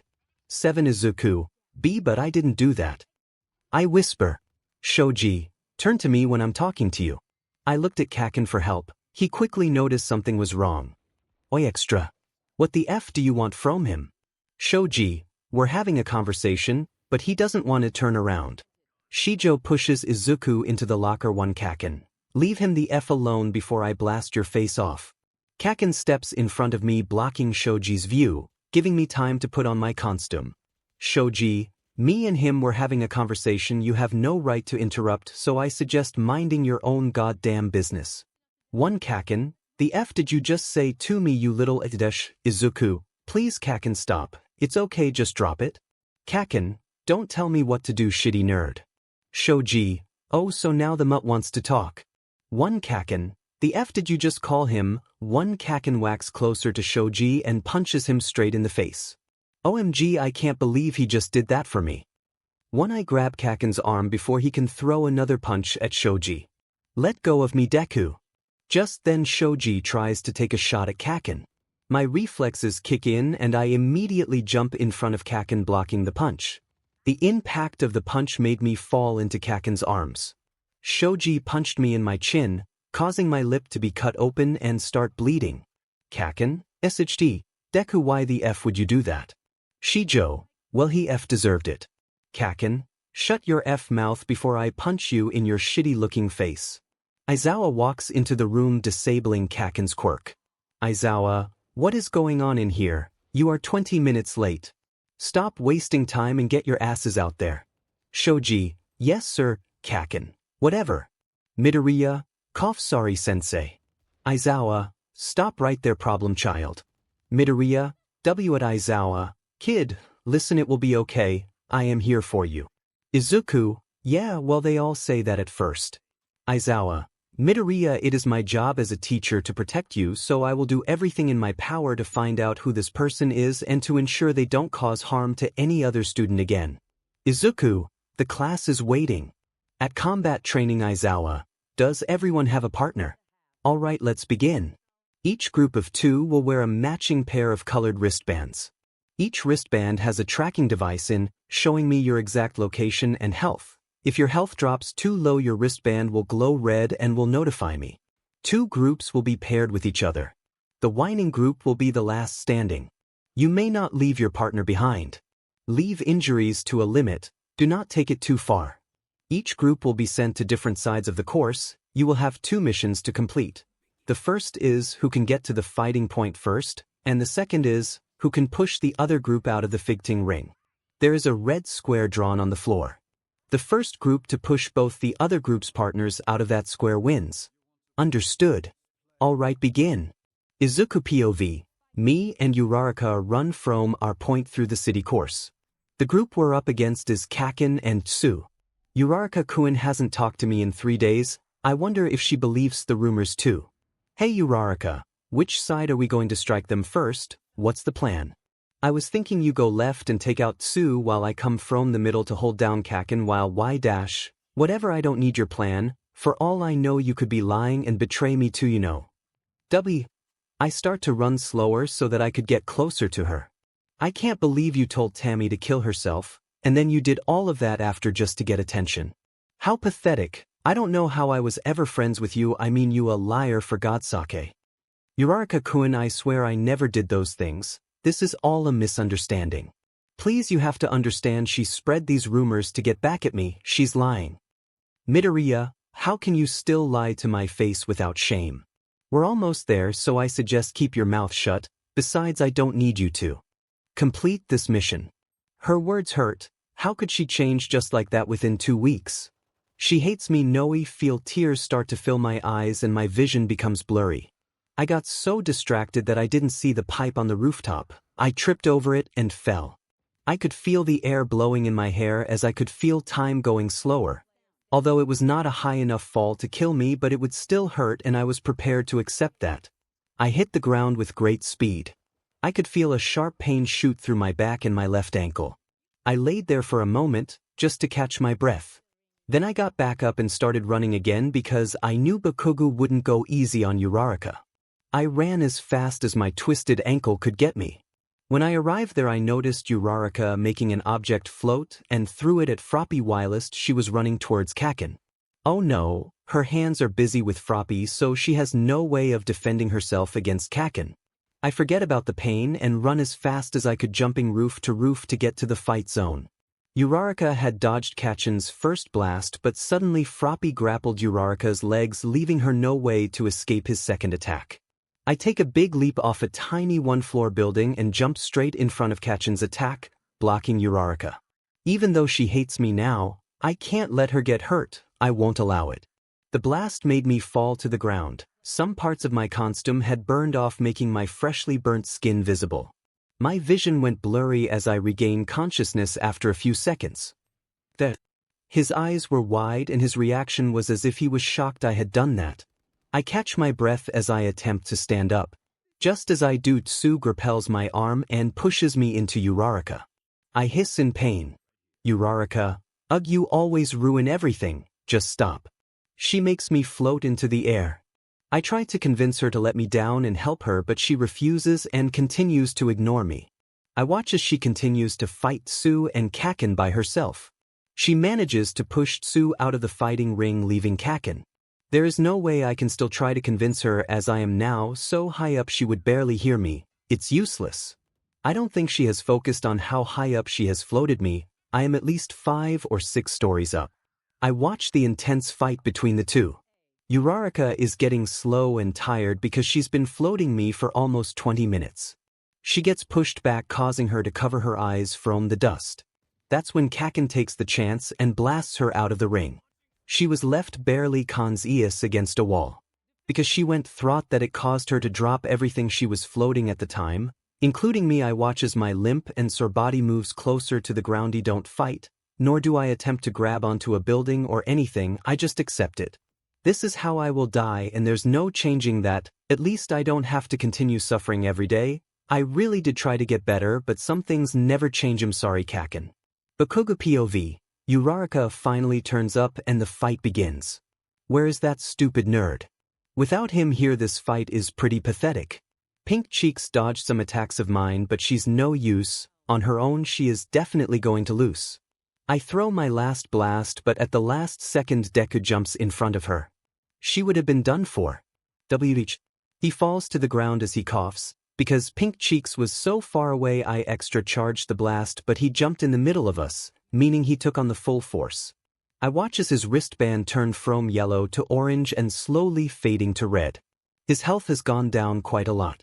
Stupid nerd, why would he jump in front of her? Despite his condition he stands up ready to fight again. What? How is so much pain? Why continue to fight? I was still in shock of what just happened when suddenly Tsu grapples his arm making him cry out in pain. 𝗕𝗓𝗍, that's his arm that still has some unhealed cuts. They were so deep that they take a long time to heal. I watch as she pushed him into 𝗬𝗧𝗏, causing her to yell at him in anger. What happened? Why is she mad at him? She then touches his chest causing him to float into the air. WTF, what is she doing? He floats higher and higher without a stop.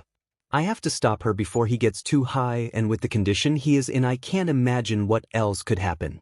I throw some blasts causing her to move backwards. The dust that was made through the blast made her close her eyes. Yes. A weak spot. I will always be number one. I blast her causing her to be thrown back into a wall. She laid there on the ground, still breathing but definitely not in the fighting ring anymore. I dodged some rocks and other objects that were falling down that she was floating and that's when I remember. Deku. I run as fast as I can to position myself so that I could hopefully catch him. His limp body falls out of the sky and rockets down. He was few meters away from the ground when I jumped up and caught him in midair. His limp body felt as light and a feather in my arms. As I made my way down to the ground I stared at his torn costume with plenty of holes and burns made by me. I'm so sorry I hurt you again.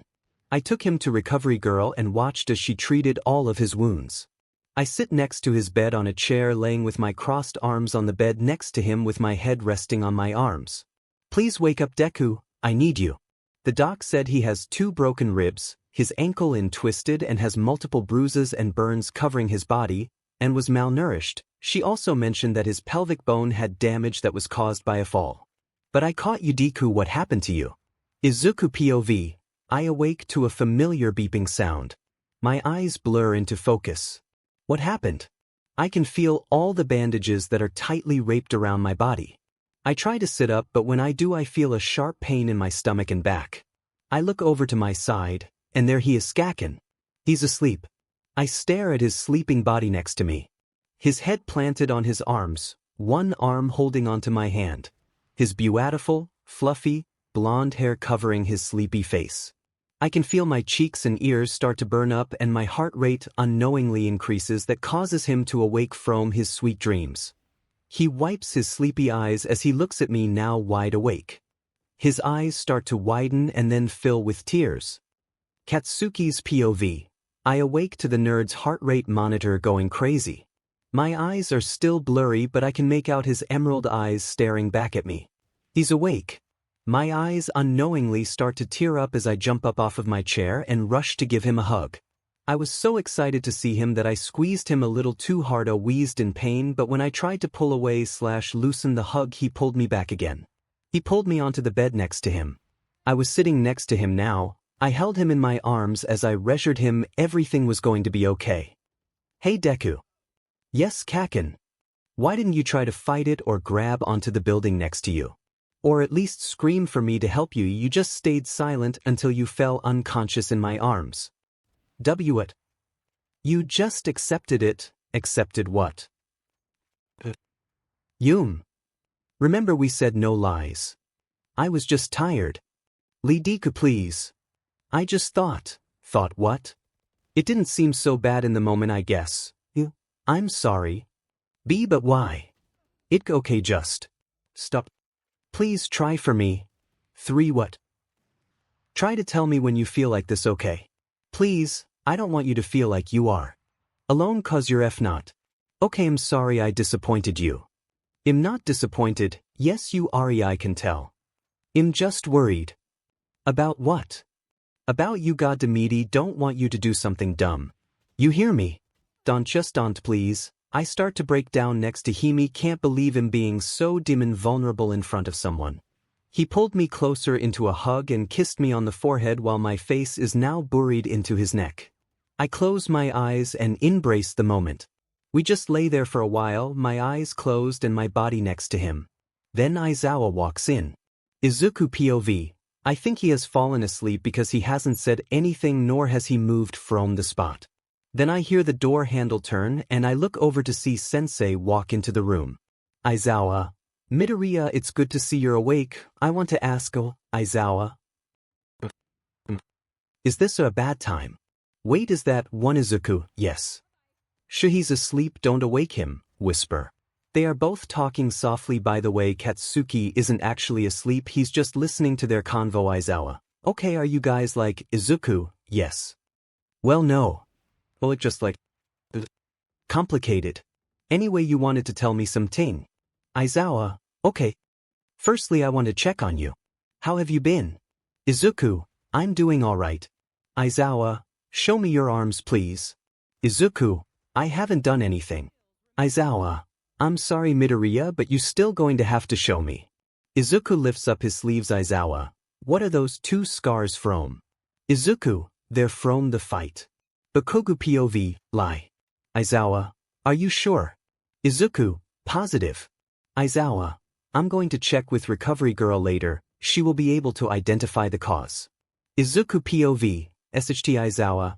Have you had any urges to cut again? Izuku. No. Bakugo POV. He's lying. I can hear his heartbeat monitors speeding up. Aizawa. Problem child, I know you're lying, you have a heartbeat monitor connected to you. So I'll ask again, have you had urges to harm yourself again in the past 2 weeks? Izuku. Yes. Aizawa. Have you attempted again, or have had thoughts about attempting again? Izuku. Aizawa. Answer the question, Midoriya. Izuku. Why? Bakugo POV. What the F, Aizawa? Problem child. You can't keep going on like this, Izuku. Just leave me, I'm not your problem, so just stop. Aizawa. Kid, you know you have lots of people who love you, and who would miss you if you disappeared dash, Izuku. Shut up, stop. 1 Aizawa. Midoriya, Izuku, everyone I loved hates me now. Aizawa. Kid, I heard the rumors, but that's not true. I mean, Bakugo is still here for you. Izuku. I don't know if he's only pretending to like me, but even if he isn't, she will ensure that he hates me too. Aizawa. She. Midoriya, if you know who caused all of this, you can tell me. I will make sure she is expelled. Izuku. Bakugo turns around and sits straight up. Katsuki. What's going on here, extras? Izuku. Nothing, Mr. Aizawa just said that we can go back to the dorms, that's all. Katsuki POV. He keeps lying, it's as if it's natural for him. I sit up and stare Mr. Aizawa. Aizawa. Bakugo, I need to talk to you. In private, I get up and follow him out of the room. Katsuki. What do you want? Make it quick. Aizawa. I know you weren't asleep. Katsuki. So what if I wasn't? Aizawa. I want you to look out for Midoriya. I fear he might injure himself again, so please stay by his side as best as you can. Understood. Katsuki. Yeah, I got it. Aizawa. I have to fill in some papers. Stay by his side. You may go to the dorms after he has all of his belongings and I have had the chance to talk to him. I walk back into the room and see him pulling out the 4 that's in his hand.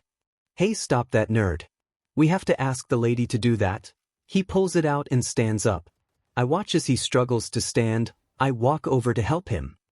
You need help, stupid Deku. I'm fucking. He stumbles. Here, let me help, dumbass. I pull him up and hold him straight with my arm around his waist and is holding onto my neck. Thank you. He tries to pull his shirt over his head but struggles. I have to do this too, huh? Useless nerd. I take the shirt out of his hands and place him 𝗧𝗏. He is sitting on the hospital bed. I slowly pull the shirt over his head and tug in gently 𝗧𝗏. It goes over his arms and chest, then I pull it down to his stomach. He looks up at me embarrassed as he knows what has to happen next. He has to change out of the hospital pants he was put into. His lower stomach is bad-aged, so there is no way he could do it himself. A bit of a spicy scene, so if you're not comfortable with that, then skip to the next chapter. 13+. Katsuki. Sigh, we don't ever speak of this. Got it, nerd. Izuku. Yes, Keikaken.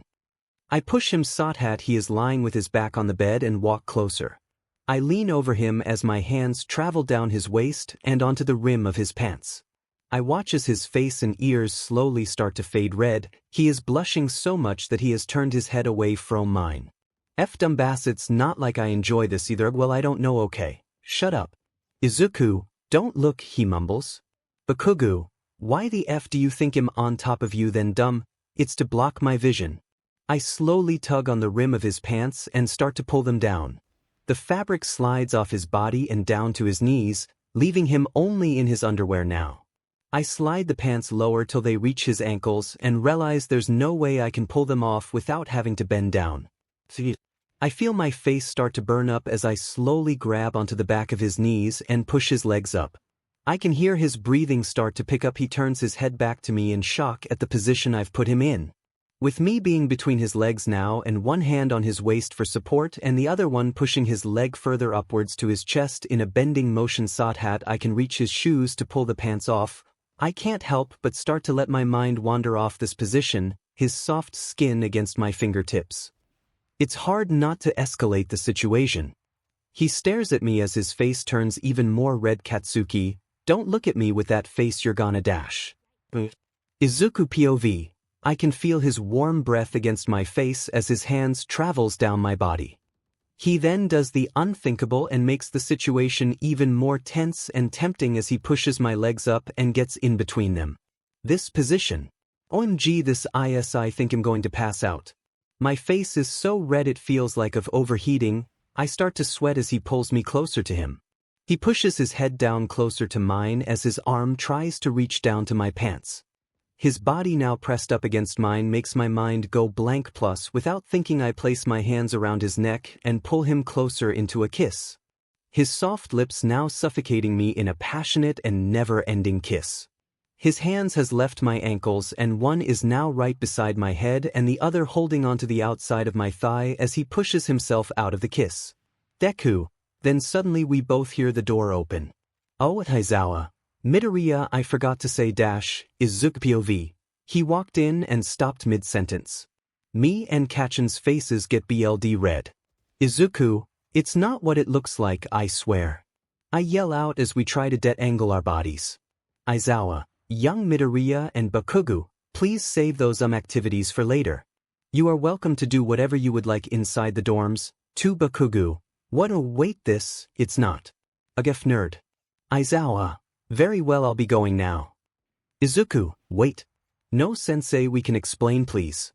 He left the room. Me and Kakin untangle ourselves before he could help me put some pants on. He steps back as he tries to cover his blushing red face. Bakugou, F nerd, you see what you've just caused. I try to stand up, but as soon as I do I drop to my knees. I forgot about my fractured pelvic bone. Then I look up as I'm sitting on my knees now directly in front of Kakin. His eyes are spread wide and his face is so flustered he can barely make out any words. Bakugou POV, after Aizawa walked in on us, I immediately jumped back. OMG, I can't believe that just happened. I watch as he tries to stand up, and for a moment I forget about his injuries. I watch in shock as he suddenly drops to his knees in front of me. What is he doing? My face starts to burn up again, even more than last time. Bakugou, what the F are you doing? Izuku, what? Wait, no, it's not what it looked like. Kakin. Wait, no dash. He tries to stand up but ends up tripping over his own feet and falling again, pushing me down with him. He falls on top of me with his chest on mine as we both tumble to the ground. His ears start turning red as his face is now hovering over mine. We're inches away from each other. SelfHarm nerd, always getting us in these F situations. 3 Izuku POV, SHT. Our legs are tangled together as we gaze into each other's eyes. I can feel his hot breath against my face. It's weird seeing him like tease in this position. My breathing picks up as he grabs onto my shoulders and pushes me to the side. We tumble around as he forces his way on top of me. With his leg now between mine and his forearms flat to the ground beside my head, he stares at me with this look in his eyes and moves closer to me. His nose now practically almost touching mine, he whispers, you know. There are easier ways of getting with me, Deku. My cheeks burn as I stare at him in shock. He moves even closer to me as he gently presses his soft and delicate lips against mine, taking my breath away. The first time when he pulled away I thought I did something wrong, that maybe he didn't like it, but now I'm sure that this really is what he wants. His lips leave mine as he mumbles out a few words. What? You just going to make me do all the work now, shitty Deku? He sits up straight between my legs while I'm still on my back. He grabs my pair of pants and gently starts to slide them over my feet, then my knees and then my thighs. He struggles to pull them up to my waist, so he grabs me and pulls me upwards towards him until my knees are almost up to his neck. He has me bend my back so that he can pull the pants over and up to my waist. Then he crosses his arms around my waist and pulls me onto his lap.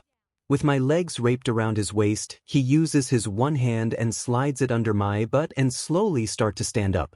I'm afraid he might drop me, so I cling onto his neck as tight as I can. 1 Bakugou POV.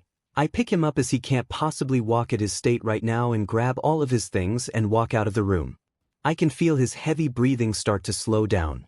He must be exhausted. After all, he did just wake up from a long sleep and he has lost a lot of BLD due to internal bleeding, so I can't blame the nerd. I carry him across the school all the way back to the dorms. I ignored all the whispers around us as I only care about his well-being at this moment. We finally get to the dorm and I unlock the door. Just as I was about to walk in, I notice someone calling out my name.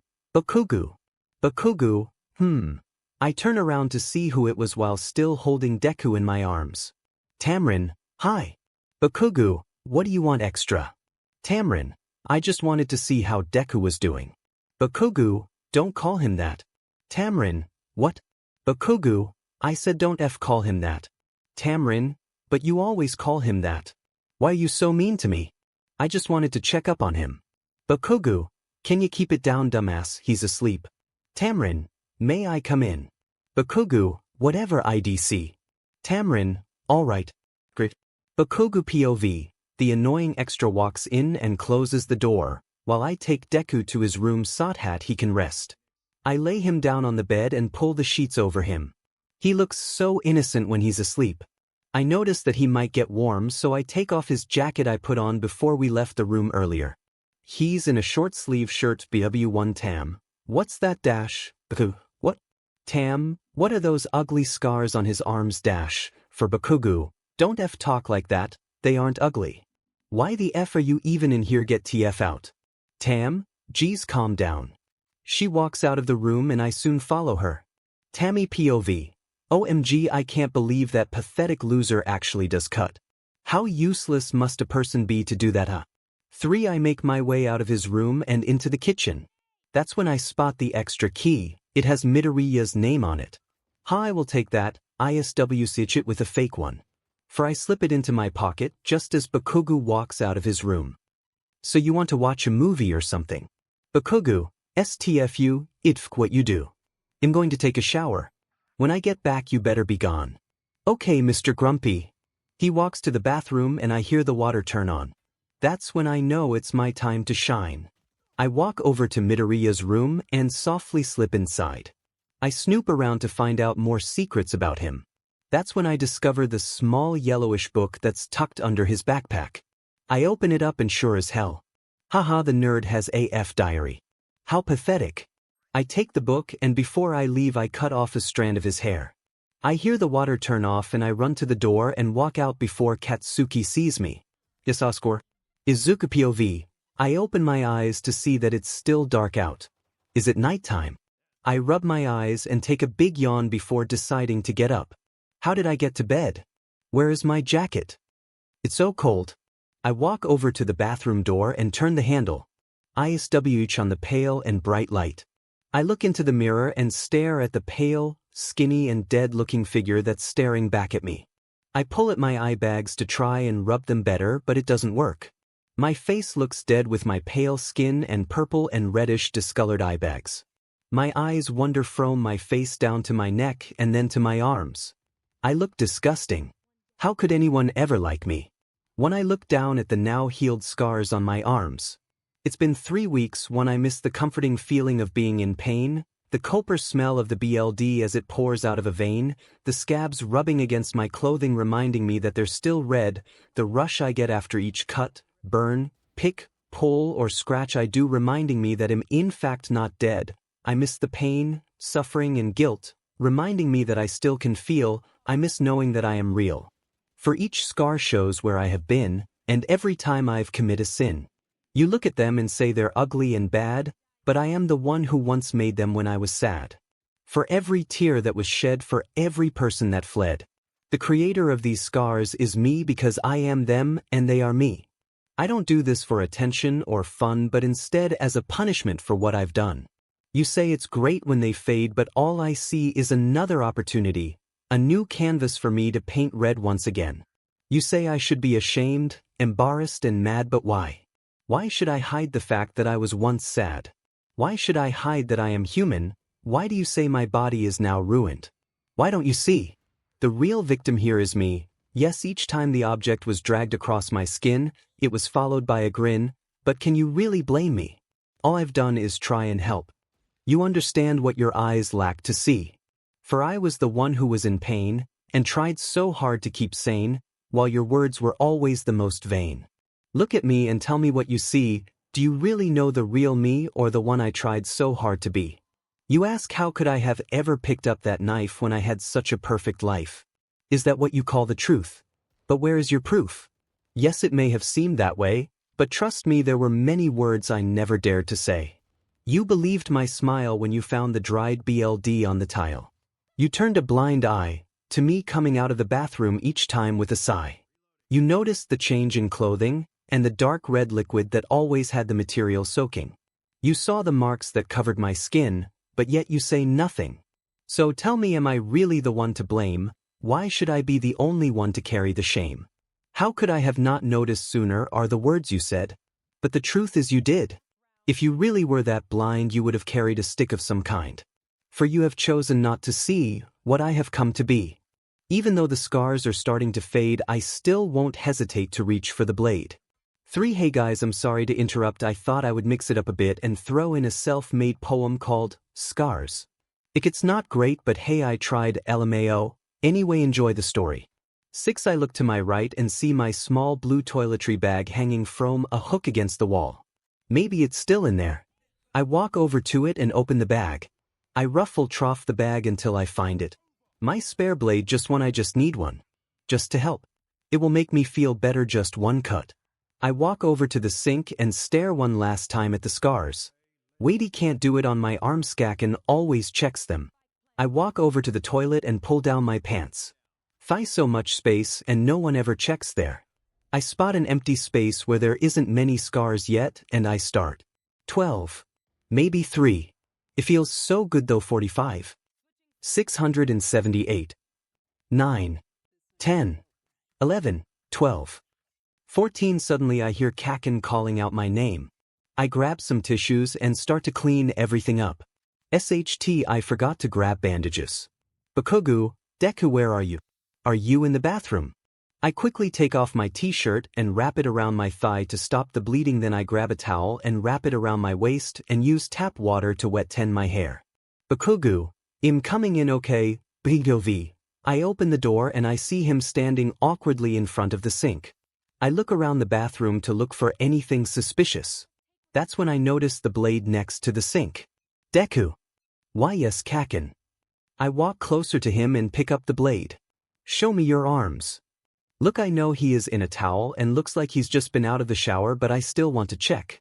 He shows me his wrists and I turn him to look on his inner and outer shoulders. I then look at his chest and stomach. No new ones, good. But that still doesn't explain the blade. What did you do? Were you about to do it? Have you already done it? Where is it? No, Kaken, I just Izuku POV. Think, idiot, think. What can I say to get him to back off? What do I say, Izuku? I found one of my old blades and it just brought back memories. He then takes the blade into his hands and walks closer to me. Bakugo, why didn't you come get me? Izuku, I didn't want to wake you up. Bakugo, come here. He grabs my hand and pulls me closer to him, into a hug. Bakugo, don't ever hesitate to call me. You hear me? Izuku, yes, Kaken. Bakugo, now come on, let's go back to bed, I'm tired. Izuku, whoa, Kaken, can I put on some clothes first? He picks up my chin and stares at my lips. My eyes widen as I hold my breath, not moving an inch. I put my hands on chest as he pulls me closer by my waist. Bakugo, you don't have to. 2. I lick my lips while trying to avoid eye contact. Bakugo, chill, put your clothes on and come to my room after. His room. Izuku, okay. I feel something warm start to run down my thigh. I quickly shove Kaken out of the door and take off the towel. I bled through the shirt. I throw some stuff around and look through all the cabinets. Bandages. I quickly wrap my thigh and dress myself in some leftover sweatpants and Kaken's black hoodie with a skull on it, I found in the laundry basket. I open the door and walk towards Kaken's room. I open his door and this sweet caramel smell hits my face. I walk in and close the door. I limp towards Kaken, who's already laying in his bed under the sheets. I walk to the other side of the bed and stand there unsure what to do. Bakugo, you gonna stare at me the whole night or are you actually going to get in here? He says while lifting the bedsheet. I limp closer to him and kneel down. Sitting on the bed. He places his hand around my waist and pulls me closer to him until we're spooning. He bends his leg and wraps it around me, embracing me with his heat. After a while I decide to turn around. One ISWH positions until my head is now resting on his chest. I can feel his hot breath blowing through my hair and I match my pace of breathing with his. His caramel smell filling my lungs as I hold him. I get so carried away in the moment that nothing else matters anymore. I pull my leg onto his stomach as we inch closer to each other. He takes his hand and runs it through my hair as he exhales. The warmth of the bed isolates the coldness of the night outside. He takes his hand and drags it down to my waist. As my leg starts to slip off his stomach, he attempts to pull it up again by grabbing onto my thigh and pushing it up again. In result, he presses down on the fresh wounds, causing me to hiss as I inhaled. Because our faces were so close there wasn't any way he didn't notice me making that sound. Deku, he slowly whispers. As he takes a deep breath.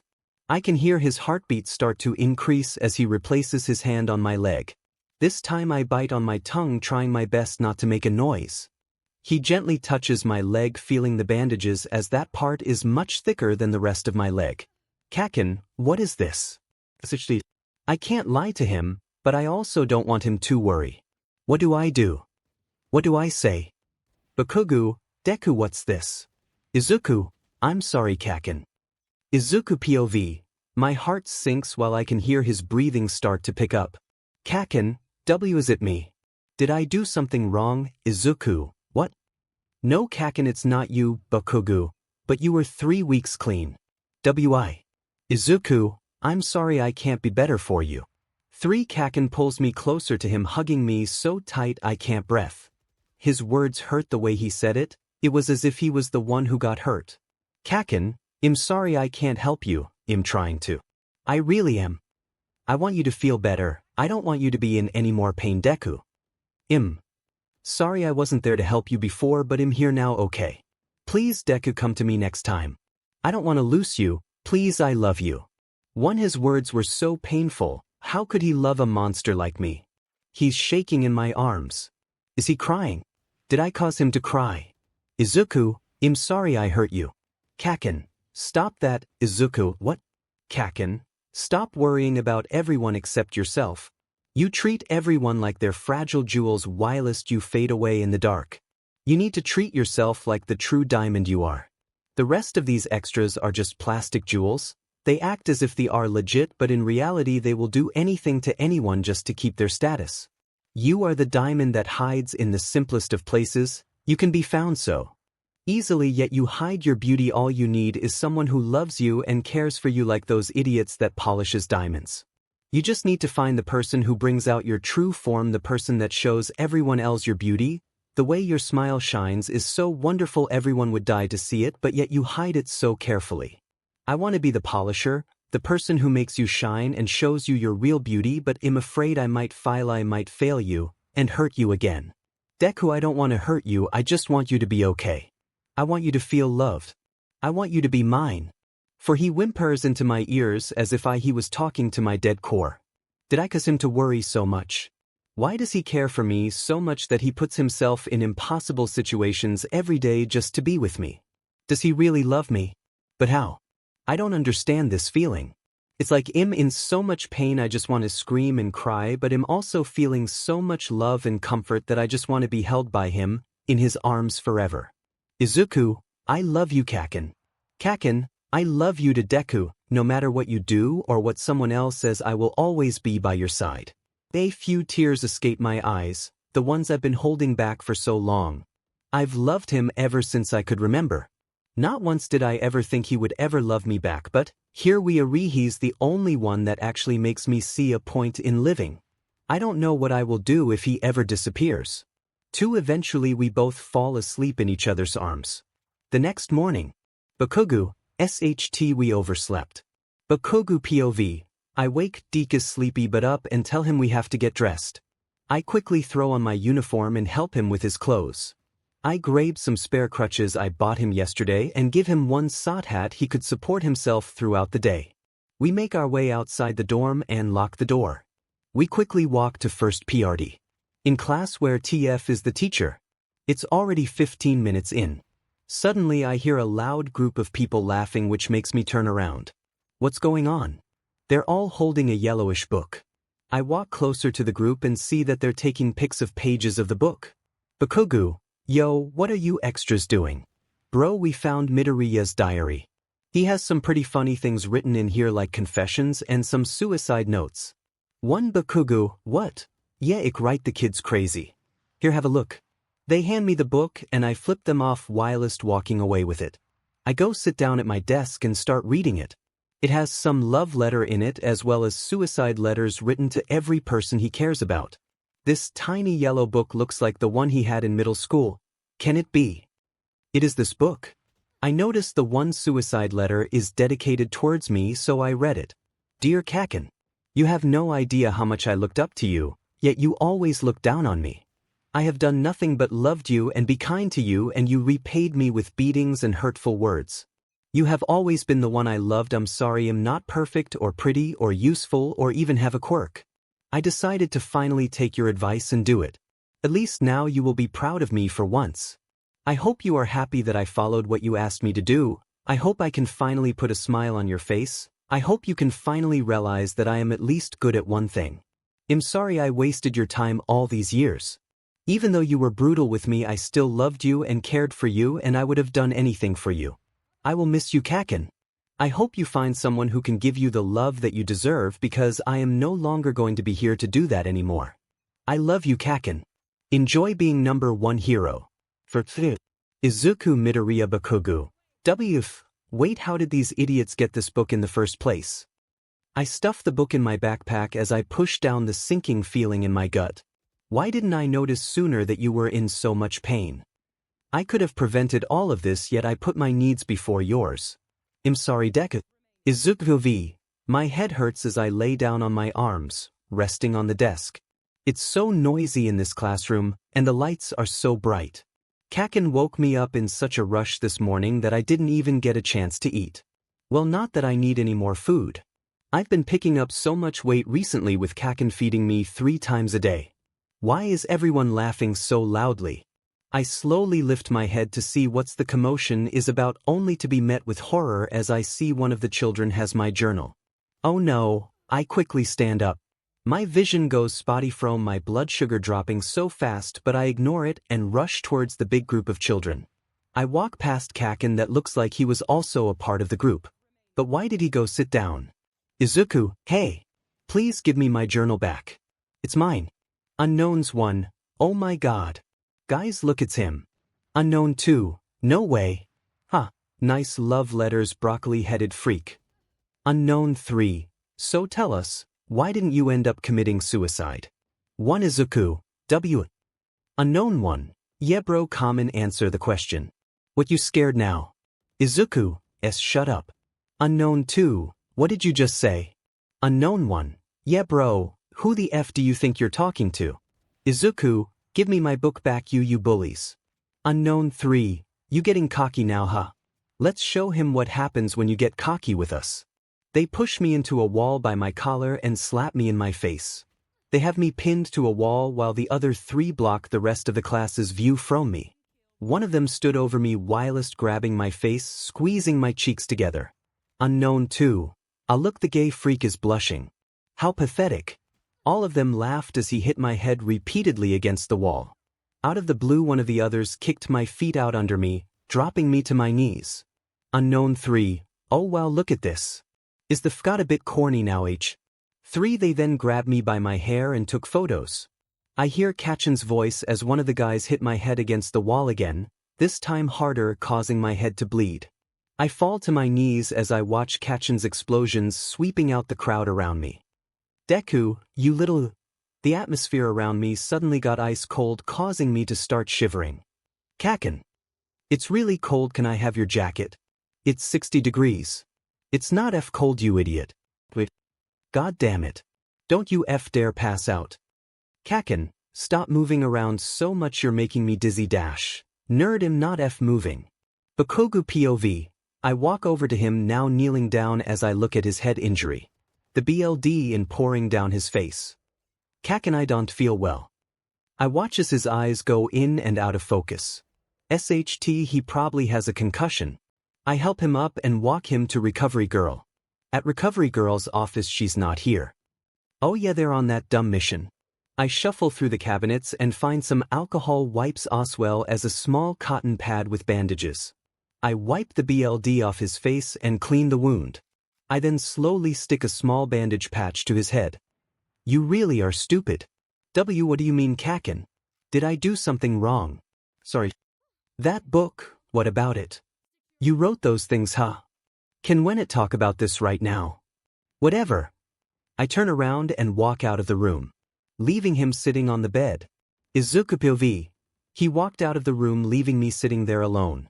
I stand up and decide to grab a few things before leaving since I have the chance. 3 rolls of bandages, Big band-aids the size of half my forearm and 2 pill bottles. Filled with painkillers. I then make sure to shut all the cabinets and then leave the room. I walk towards the dorm and start to unlock the door. Just as I open it, I hear 2 pairs of footsteps behind me. Suddenly I was pushed into the dorm. My face hits the ground as I hear the front door shut behind me. TWSA, mentions of RP3. I see 2 pairs of black sneakers standing in front of me. Then I feel as the person in front of me grabs my wrists and drags me to the living room couch. One of them pins my hands down and the other starts taking off my shirt. Izuku, no, stop. Please, what are you doing? I try to kick them away but I fail. They then start to unbuckle my belt. I feel tears start swelling in my eyes as I fight to be let free. But it's no use. They push my face into the couch cushions and I'm turned onto my stomach. Izuku, whoever you are, please stop. I don't know what I did. Please no. I pleaded but it was no use. Shut up, you slut.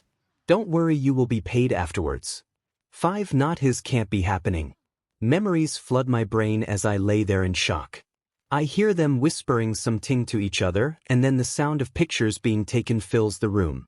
They turn my body in various of involuntary positions as I continued to beg them to stop. Each time I fought, I was met with a fist in my face. I then hear one of them telling the other, "Go get the knife." My heart skips a beat as the thought of dying floods my mind. "You like to cut, huh, freak? Well, let's give him what he wants then." They proceed to cut me all throughout my chest, arms, thighs and ankles. As well as beat me multiple times in my stomach, head and face. Oh, come on now, don't ruin him completely, you still need to have some fun with him. My mind goes blank as they proceed to have their way with me. All I could think about was just comply. If I don't, I might die. They already have a knife in their hands. One after what felt like an eternity, they finally let go of me and walk out of the door. "Oh yeah, hey race, your money you wear." He proceeds to throw a $20 bill on the floor and walks of the door. I lay there for a minute or two and that's when I remember. Oh, 𝗧𝗵𝗲 might come back. Whatever happens, he cannot see me like this. I lift my body and slowly limp over to the bathroom.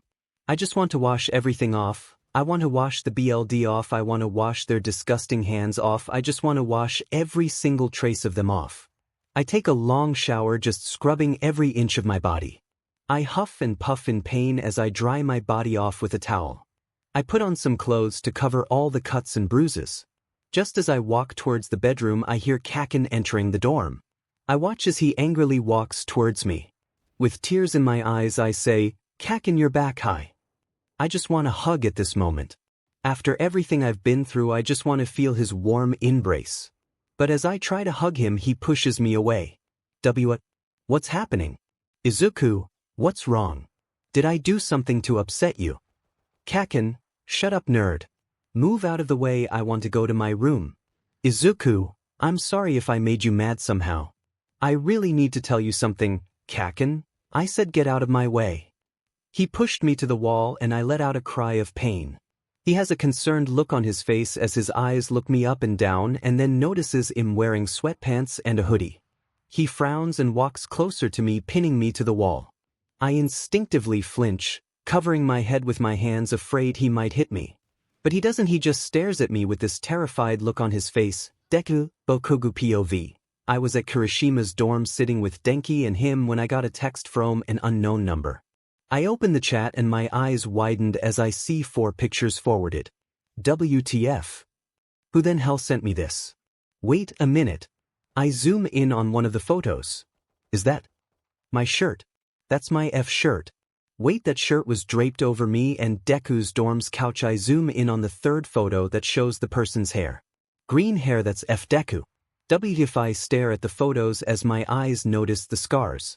It is F Deku. I stand up and walk out of Kirishima's dorm without saying a word. How could that F nerd? And on our F couch.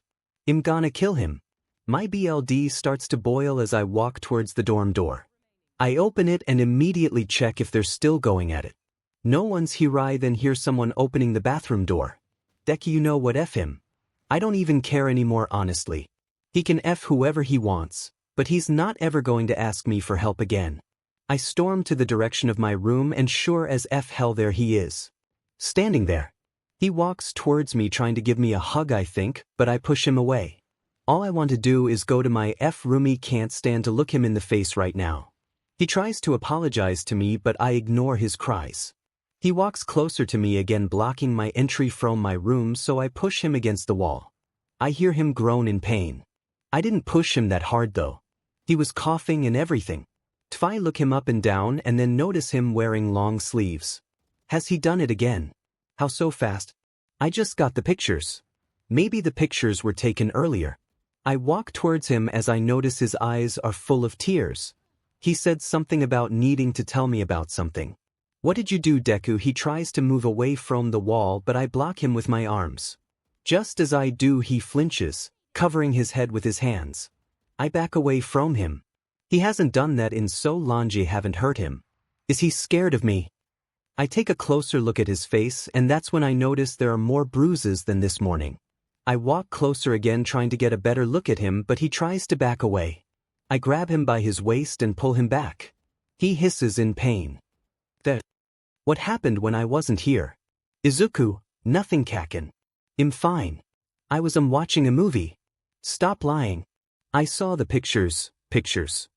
What pictures? His voice went from trying to convince me to serious and almost scared B. Who is he? D. W.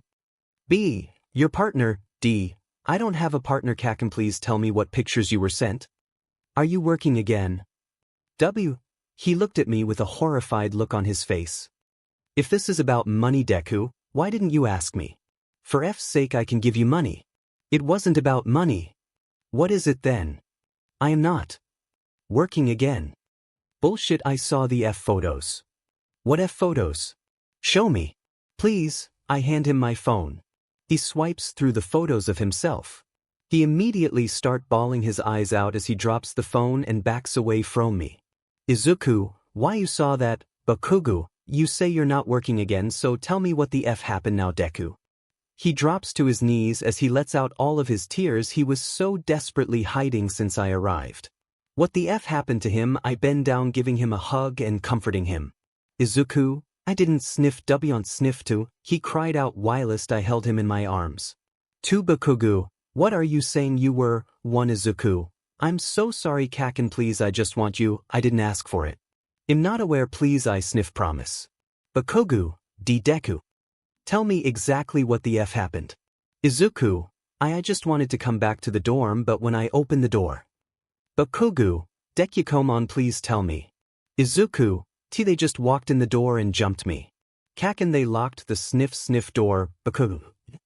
How many were there? Izuku, T2. Maybe T3, I don't know. They were covering my face with a cloth so I couldn't see them. Bakugou, did you recognize their voice? I raise my voice in anger, but I quickly notice him flinching as I do. So I calm myself as much as I can as he's already in a state and I don't want to scare him more. Bakugou, what did they do to you? Izuku, Sniff explains everything. My heart sinks as he explains exactly what they did to him. Each time his voice cracks, my heart pains. The way he described it to me, he sounded as if he was in so much pain. I'm going to find out who did this to you, and when I do, I'm going to blow their FPP off. For Bakugou, can I see? Izuku, sniff what? Bakugou, can you please show me what they did, the scars and beatings I mean? Please. He hesitates but eventually caves in as he knows I won't hurt him. He starts to 𝗎𝗏𝗍 down to his underwear. I stare in horror at his body now covered in black and blue bruises and long cuts, especially on his back, making it clear that there's no way he could have put them there himself. One anger overflows my emotions as all I want to do now is kill the 𝗕𝗏𝗏s that did this to him. He breaks down crying as he walks towards the mirror in the room, staring at his body. I walk to him, comforting him and giving him my hoodie to put on as well as the sweatpants that was laying on the floor from where he took it off. Bakugou, do you know who the F did this to you? Izuku, no. He was still crying but he just stopped showing emotion. He silently walked over to my bed and got in between the sheets.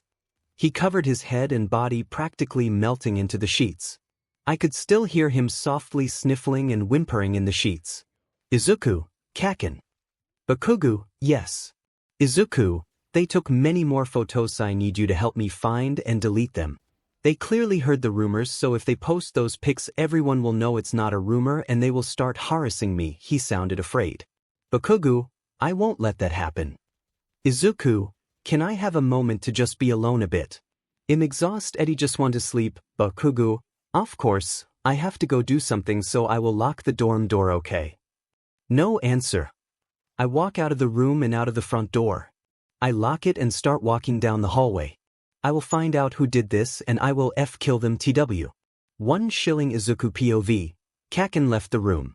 My heart aches at the thought of what might happen if those pictures come out. I had finally escaped that part of my life and now it's all being brought back in an instant. I slowly sit up straight in the bed. I look over to the bathroom that's just outside his bedroom door. There must be something left. Any sort of blade will do, right? I slowly get up, pulling my body from out of the covers.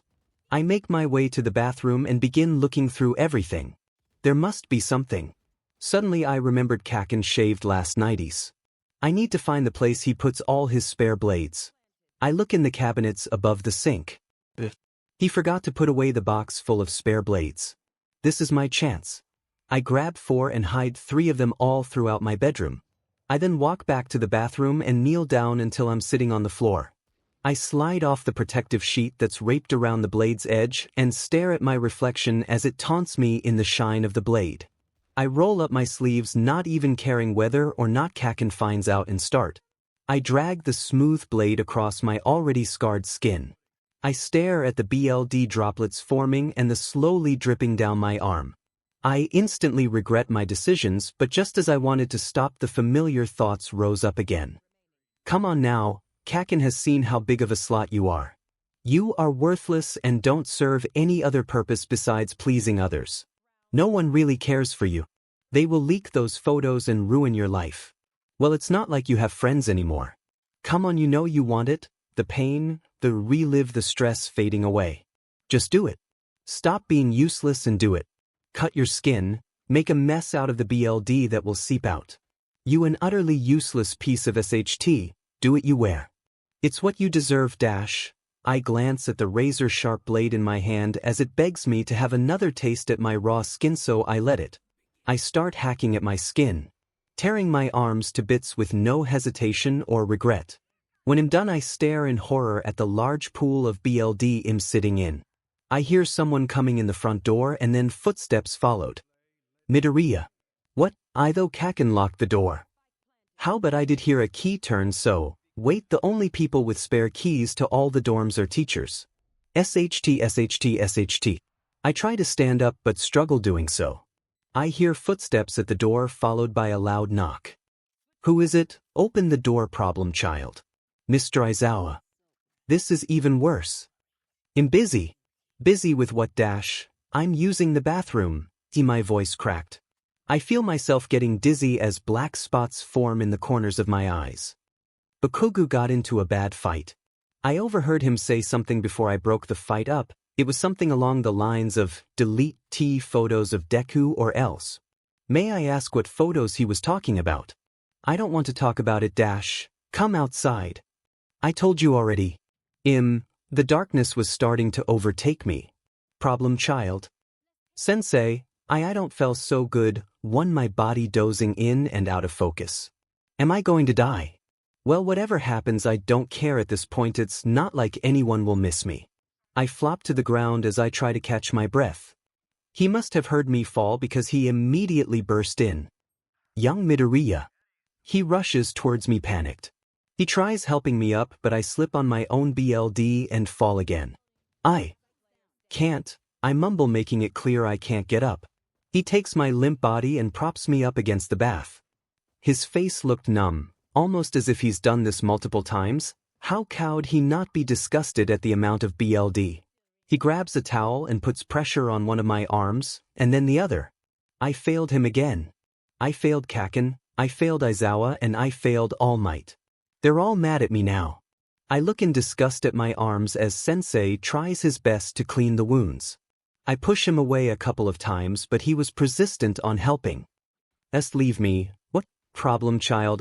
Stop it already. I know this is only a waste of your time, so do us both a favor and just let me. What is your imposing? Let me bleed out. Just leave me. Go away, just stop touching me. I tear one of his hands off my arm and BLD immediately starts rushing out again. The towel is now soaked and there's nothing else in the bathroom. Aizawa rushes and tries to stop the BLD from pouring out of my arms any further as he grabs onto my bloody arm with his bare hands. Pain shoots through me. But it's no use, the bleeding doesn't stop and I begin to get weaker and weaker until I fall forward off the bath edge and into his arms. He hugs me and then suddenly picks me up. He runs out of the bathroom and heads towards the front door. Not wasting another second. He holds me in his arms as he runs through the halls. My one arm is on my stomach, cause my t-shirt to be soaked in the dark red metallic liquid, and the other is hanging down, dripping BLD all throughout the halls. My vision starts to fade, the last thing I remember seeing in all the concerned faces that stared at me, including the people I once called my friends. Then it all went dark. Aizawa POV. One, I knocked on their front door but no one answered, so I decided to grab my spare dorm keys and unlock the door. I walk in and as expected no one is to be seen. God, this place is mess. The pillows and clothes laying around and papers everywhere. I walk further through the dorm and then I notice the closed bathroom door with the light on. Midoriya. It has to be him. He answered me hesitantly and made an excuse that he was using the bathroom. My mind immediately threw up some red flags. His voice sounded out of breath, he was sniffling a lot as if he was crying and had multiple voice cracks. He sounded focused on something. I fear he might be hurt, so I try to ask if I could come in. He got extremely defensive and yelled at me. What are you doing, problem child? I lean closer to the door trying to make out what he's saying. He was mumbling and then said something that immediately alerted me. He mentioned that he didn't feel well. And then I heard a loud thud. I burst into the bathroom and run towards his body on the ground. There's BLD everywhere on the floor. I nearly slipped while making my way towards him. It was horrific. His arms and hands were covered in so much BLD that you couldn't even make out the cuts. I instinctively grab a towel and put pressure on the cuts. I look him in his eyes. His pupils are dilated and he's short of breath. His eyes were going in and out of focus the entire time. He's lost too much BLD for me to just bandage him here. I try to think of why he wouldn't answer my question about the photos, but just then he pushes me back, causing me to let go of his arms and fall down. He yells at me saying he doesn't need my help and that he's fine. But I won't just let him go, I refuse. When he pushed me over, causing me to fall to the ground, I accidentally dropped the towel in the pool of BLD on the ground. It was now sopping wet and his arms were still overflowing, so I grab onto him with my arms, trying everything to keep him from losing more BLD. When I notice his facial expressions change, and then suddenly he falls into my arms. I pick him up and run as fast as I can out of the dorm and towards recovery girl. Come on, problem child. Just hold on. Later Izuku POV. My eyes start to focus again as the darkness is replaced with light. I look to my right and there he is. The familiar shadow that always comes just in time. Why can't he just leave me to die? A sharp stinging pain covers my entire forearms and wrists. I try to sit up straight but the bed makes noise, causing Sensei to wake up. Are you okay, problem child? Yes, I'm fine. May I ask you a question or two? I don't have a choice, so go ahead. What are the photos about? With all due respect, it's none of your concern, Sensei. If it meant Bakugo getting hurt because of it, then it is my concern.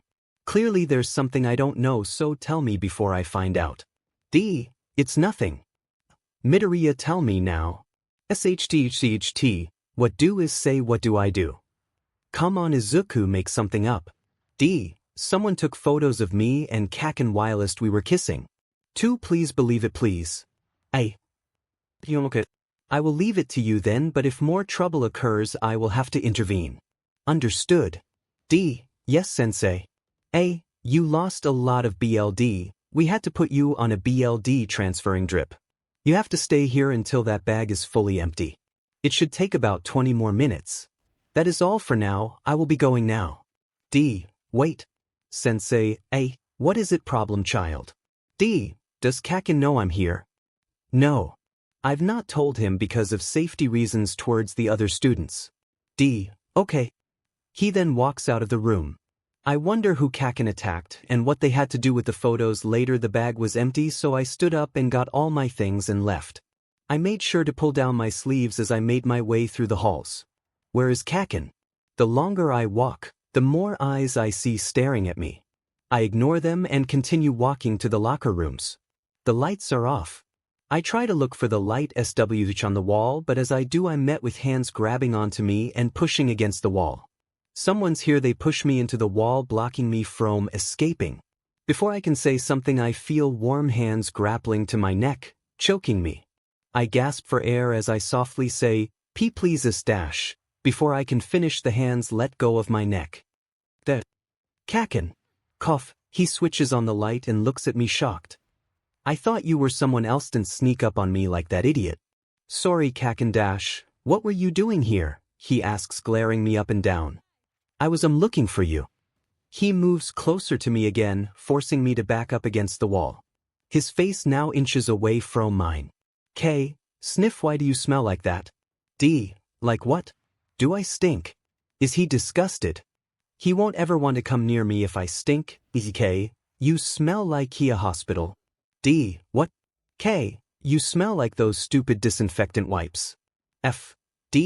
Oh I was helping Kaminari disinfect his knee. He fell pretty hard and scraped it open, you know.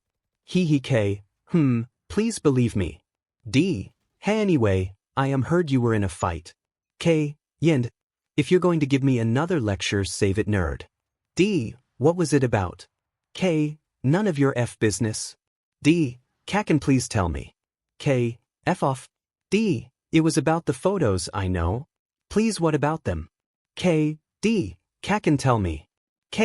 I know who took them. Who? Well, I know who one of them is and I beat his butt. Kaken, please don't get hurt because of me. Don't tell me what to do, you nerd. What did he say about deleting the photos? I deleted every single one off his phone, but he refused to tell me who the other two were. How many photos did they take? Doesn't matter, they're deleted now. This is so embarrassing. What? You saw the photos It's not like I looked at them in a weird way, if that's what's concerning you. Do you What? Never mind. Tell me. Do you think him disgusting? I mean, now after everything that happened. No. You don't have to lie. Everyone already thinks I'm aware, so I can't blame you if you don't want to be seen with me. Shut the F up. He pulls me closer by my collar. You're not where, you hear me? 4D. Whatever, I have to go do something. He lets go of my collar and walks out of the locker room. I go to follow him, but something laying on the ground catches my eye. I turn to the side and start walking towards it. I bend down to pick it up, but as I do I hear someone walk into the room. I assume it's Kaken, so I ignore it and continue focusing on the item laying on the ground. I kneel down, pick it up and turn it around. It's Kaken's keychain, one I gave to him as a gift when we were children. It's a small doll that looks like an exact copy of Kaken. I handcrafted it out of wool and materials. He still has it. Just then I hear a scratchy voice behind me. Well, look what the cat dragged in. Waity, know that voice? How could I ever forget it's him? Before I could stand up I feel a strong tug on my collar, dragging me back, choking me. I'm pulled to the ground and dragged across the floor against a locker. A little birdie told me, "You snitched. And now your friend is hunting us down." I look up in horror as I know it's him. This is the first time I can get a proper look at his face. He has dark grayish hair and deep blue eyes. He has a muscular built body and dark purple eye bags. 3D, please stop this. I promise I won't tell Kaken. Just let me go. Oh, don't worry. I'm met with a punch in my face. I'm still catching my breath when I'm forcefully turned around and shoved face first into a locker. I feel him push up against me as his hot breath blows onto my neck, giving me shivers all throughout my body. He tears off my jacket, exposing my butchered arms that are wrapped tightly like a swaddled baby. I close my eyes and take a breath. It's an escape. A way to block out what's happening, a way to forget about everything except faith. Kaken POV. I stormed out of the room feeling guilty I choked Deku out. I thought he was that other moron coming back for another fight. I was in such a rush I must have dropped my spare dorm key that was on that stupid keychain Deku made me. I walked back to go look for it. Oi Deku, have you seen Dash? There was this ugly but guy pressing up against him while he was pushed into a locker. I snapped when he started licking Deku neck. Get the away from him. I pushed the tall bony guy off of him, revealing Deku standing there defenseless and crying. He was shaking, his jacket and shirt had been fully taken off and his belt was half unbuckled. Anger filled my BLD as all I wanted to do now is kill him. I will tear him limb by limb. Oh, did the alpha come back to protect his mate? How pathetic. You two don't belong. 5B, I suggest you hold your mouth shut before I blow it off you prick. Oh, I would like to see you try. You know, one more fight and you're expelled from school for 3 weeks. That means 3 whole weeks that I can have as much fun as I want with him without any limits. 1B, shut the up you imbecile. I charge towards him and throw a blast to his face, causing his neck to get a nasty burn. That's what he deserves. He uses his quirk to throw me off by multiplying. Name, unknown quirk, multiply. Can multiply himself and create illusions of his body. Deku POV. His hands unbuttoned my shirt and peeled it of my back. The more I struggled, the harder he would punch my back. His cold hands covered my chest and slowly started unbuckling my belt. Tears covered my vision as I pleaded for him to stop. He didn't listen, all he did was mock me and tell me what he was going to do to me. I thought all hope was lost, but before I knew it, Kaken bursts into the locker rooms and immediately pushed him off of me. I stood there half-naked shaking. The two of them got into a big fight and Kaken blasted him a couple times, but he dodged most of them.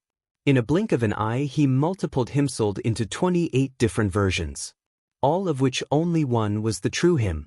Of course I knew who it was because only one of them was focused on me, glaring me up and down, making me feel weak. Kaken was busy attacking the other illusions that he didn't even see him walking towards me. The more illusions Kaken destroys, the more it becomes clear that he's targeting me. I run out of pure instinct to Kaken's arms, hoping he could save me from his grasp. Kaken grabs onto me, pulling me into a hug whilst his hands were still blasting the illusions to bits. I let out a cry as he held me in his arms, letting me know that I'm fine. His scent overflows me with calmness. He always did smell like caramel, I never knew why. I notice a familiar warmness around my tightly bandaged arms. I look down and notice the bandages were soaked in BLD. That game must have reopened my scabs when he took my jacket and shirt off so aggressively. I panic as I'm now standing so close to Kaken with no way to cover myself. After what felt like an eternity, he finished destroying all the decoys and lets go of me. He must have escaped whilst I was busy with his clones. His eyes traveled me up and down as he scans me for injuries. Of course they lock in on my soaked arms. D, thank you for helping me, but you're going to get expelled now. What happened? He says while pointing at my arms. D, I found your keychain with 𝗬𝗵𝗲 on it. He grabs the keychain out of my hand and shoves it in his pocket. Stop avoiding the question. Why did you do it again? D, I deserve it. What dash? He looks at me horrified. D, I deserve to feel pain, I deserve to suffer. It's the only way. Deku, you don't deserve any of this. Where is this bullshit coming from? D, but Kaken, you said it yourself, he truly am a worthless 𝗵𝗃𝗃 that has no purpose other than to die. Stop. Shut the up. Shut up dash. 2 tears fill his eyes as I watch him struggle to speak. Each word he says, each tear he sheds, and each voice crack that follows breaks my heart. I am causing him so much pain, why can't I just make him happy for once? I'm ruining his life. 3, he pulls me closer to him and gives me a hug. I feel his warm tears dripping down the skin of my shoulder, but he refuses to let me see. He silently sniffles under his breath, trying not to make a sound. I don't know what to do, never seen him this vulnerable before. I just sort of stand there half naked with this blonde boy clenched onto me, his tears flowing down my back. He wipes his nose and pulls away from the hug. He then turns around and walks towards the locker I was pinned to earlier. He grabs my shirt and jacket that was laying on the ground and gives them to me. K, put on some clothes, I'm taking you back to the dorms. D, I am okay. K, you need to rest and I'm going to grab you some new bandages. I assume you don't want to go back to recovery, girl. I stare at him in shock as I button up my shirt. D, H, how did you know? K, well, first of all, with that amount of bleeding no one could stay conscious without some sort of medical attention, and second, I was with Denki when you said you supposedly patched him up. D, oh, hair, you mad? K, I take that as a yes and pull my jacket over my body. We walk out of the locker rooms in silence and make our way back to the dorms. As soon as we get there, he grabs my hands and drags me to my room. He pushes me onto the bed and says, put on comfortable clothing, I will make something to eat. He walks out of the room and shortly after I hear dishes clinging against each other. I slowly start to get dressed and decide I wanted to get into bed. I was exhausted and had no energy left. Bakugo POV, I finished making some ramen for him to eat. I grabbed the plates as well as the first aid kit as I walked back to his room. When I entered, I noticed he was laying in bed. He must be tired. I unfortunately cannot leave the idiot to sleep because his bandages need changing and I don't want his cuts to get infected. I walk closer to him and set the bowls of ramen on his bedside table. I go to sit down the bed and notice him flinch slightly. K, come on nerd, let's just change those stupid bandages and then you can sleep. He looked annoyed at me but still did as I asked. He held out his arms to me and I started to peel the soggy, metallic-smelling bandages off. My eyes widen with shock as I can now see how deep the cuts were. This is way worse than just doing it to deal with pain. Did he try to kill himself? Still in shock, I finside rebandaging his arms. 1K, Deku, be honest, were you trying to commit suicide? 1, he refused to look at me. He looked ashamed and fearful. D, no. He didn't intend to, but K, but D, if Mr. Aizawa didn't show up, I wouldn't have tried to stop it. Mr. Aizawa knew. Why TF did he not tell me? Wait, what did he just say? K, are you imposing that you would be fine to just die? D, sigh, never mind, just ignore what I said, okay? K, what about me? Huh, did you ever think about how you're stupid? Death would affect me. D, but Kakini, you told me that you would be happy if I died, remember? So why is this a problem now? K, I shut the F up, you stupid nerd, you know I didn't mean I say stupid things sometimes. 1D, Kakin, you confuse me. K, what, why? D, you keep saying you would miss me and be sad, but you have also said you would love it if I were gone, so what the F do you want from me, Kakin? I don't know. What? Please just let me go. 1K, nerdy, never meant to cause you so much pain, please. I already said I'm sorry, what more do you F want from me? D, I just want to be alone right now. I just need to be alone. Please leave. K, no. DK, you just let me help you. But that's your F problem, you never let anyone help you. 2D, Kakin, stop. Just get out. Please, I can't deal with this right now. K, what, you want me to get out? Sothat, you can try to kill yourself again. Is that what you want? Fine then. Go F, do whatever you want. I'm so fed up with your F bullshit. 2D, oh please don't act as if you ever cared for me. All you do is complain and say so many rude things to me. All I wanted ever was to just make you happy. You told me you wanted me to die, so I tried. You told me you wanted me to live, so I tried that too. But you're still not F happy. I can never do anything right in your eyes. Just F, tell me. Do you hate me or do you love me, because you can't be both? 2K, OH for F, Sake Deku, are you seriously blaming this on me? Your problems are the reason we're fighting all the goddamn time. If you would just try to be better, try to get healthy, or at least try to be happy, this wouldn't have happened. But no, you always go and make things complicated. I don't F care anymore, you have pushed me too far. I won't F intervene with your problems anymore, you figure it out. Oh, and good luck with those F photos, because I won't be helping you with that anymore. 2D, okay. 1K, tisk whatever. Walks out of the room. 1 Deku POV. I've pushed him too far, he hates me now, everyone hates me now.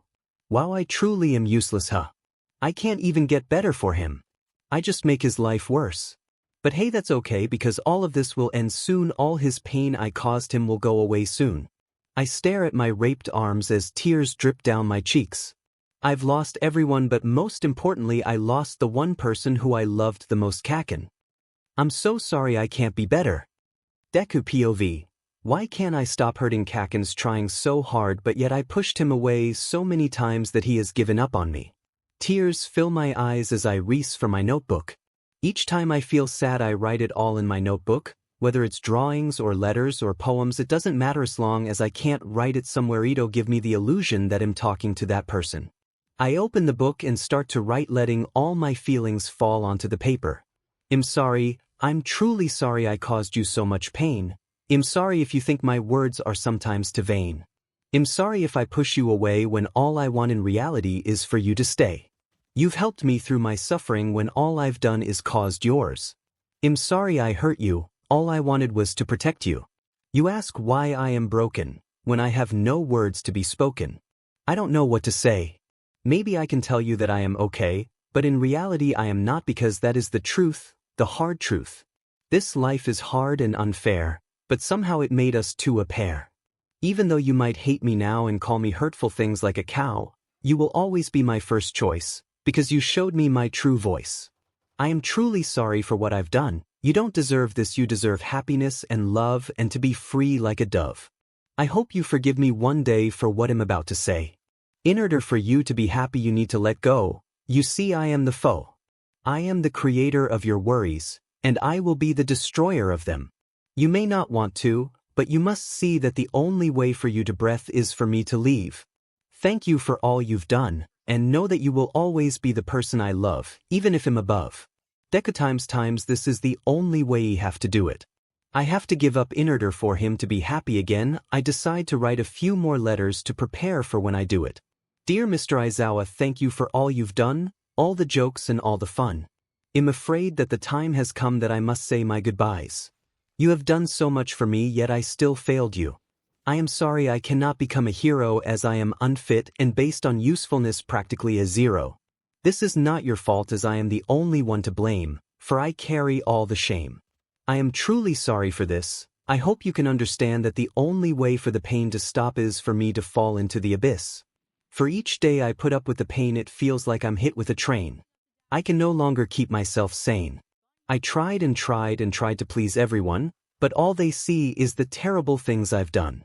Thank you, Sensei, for everything you have done. You really made me think I was your son. I'm sorry, but this is what needs to happen. You cannot stop it, nor can you change my mind.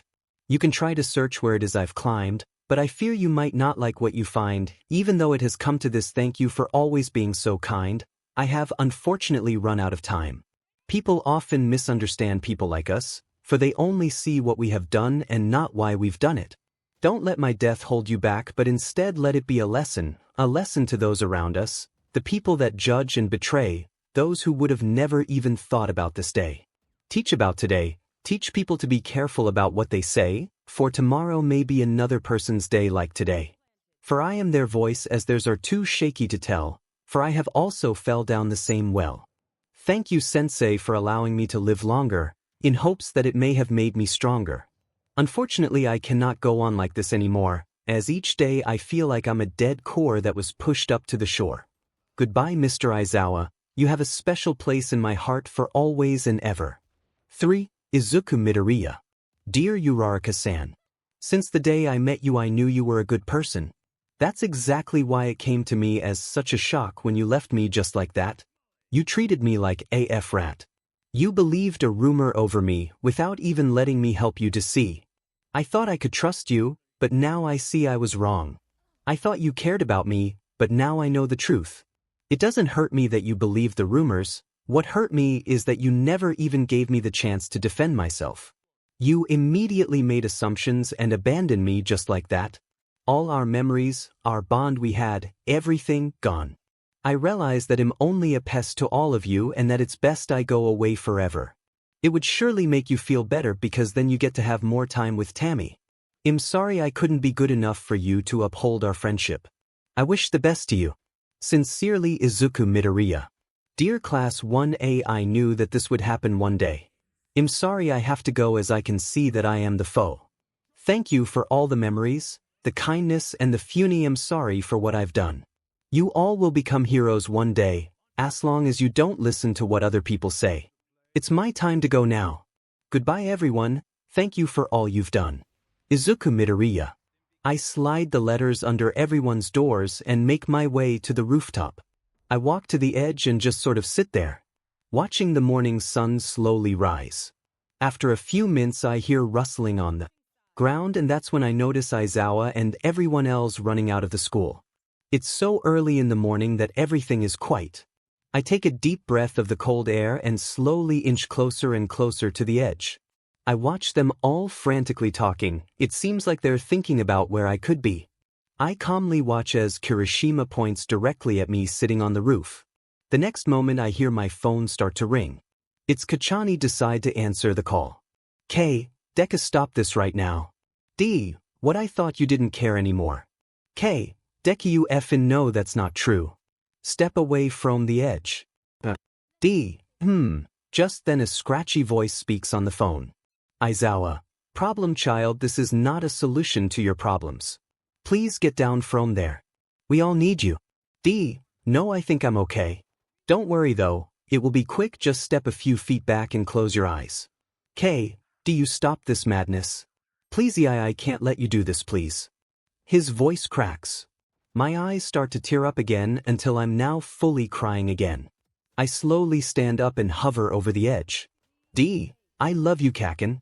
I love you to Deku, but please don't do this.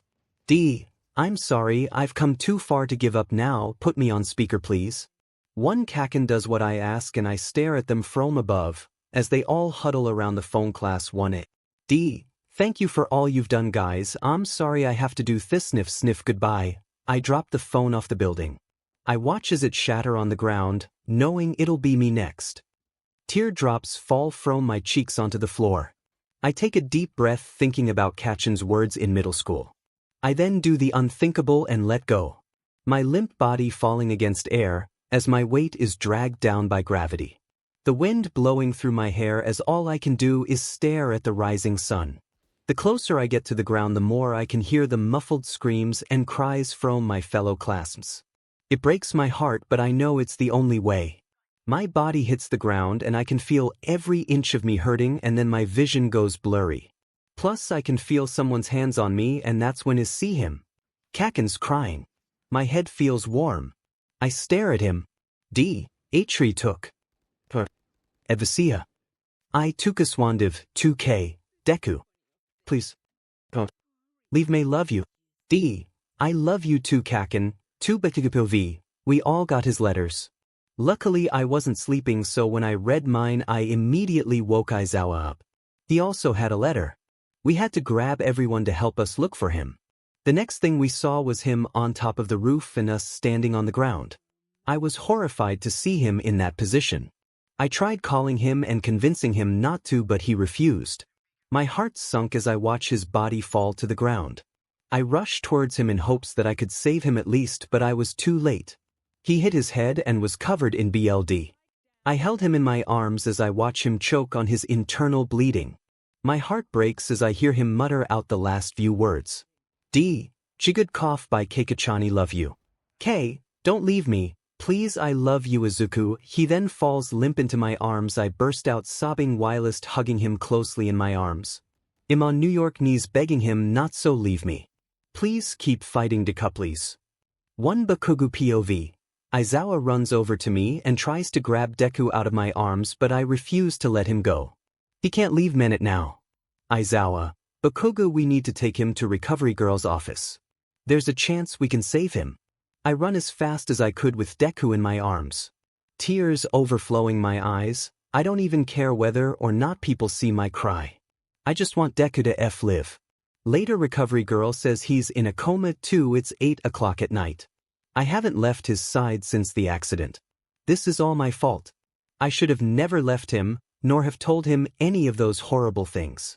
I'll be the reason he dies. It's all my fault. I'm a horrible person. Why Deku, why leave me? I should be the one who's in this hospital bed, not you. One please wake Yuppie, I can't do this without you, I need you Izuku. Please I love you. I'm so sorry for everything I've done. I'm a terrible person. All I want is for you to just wake up and give me a hug. I just want you back, I need you to be back. I'm so sorry Deku.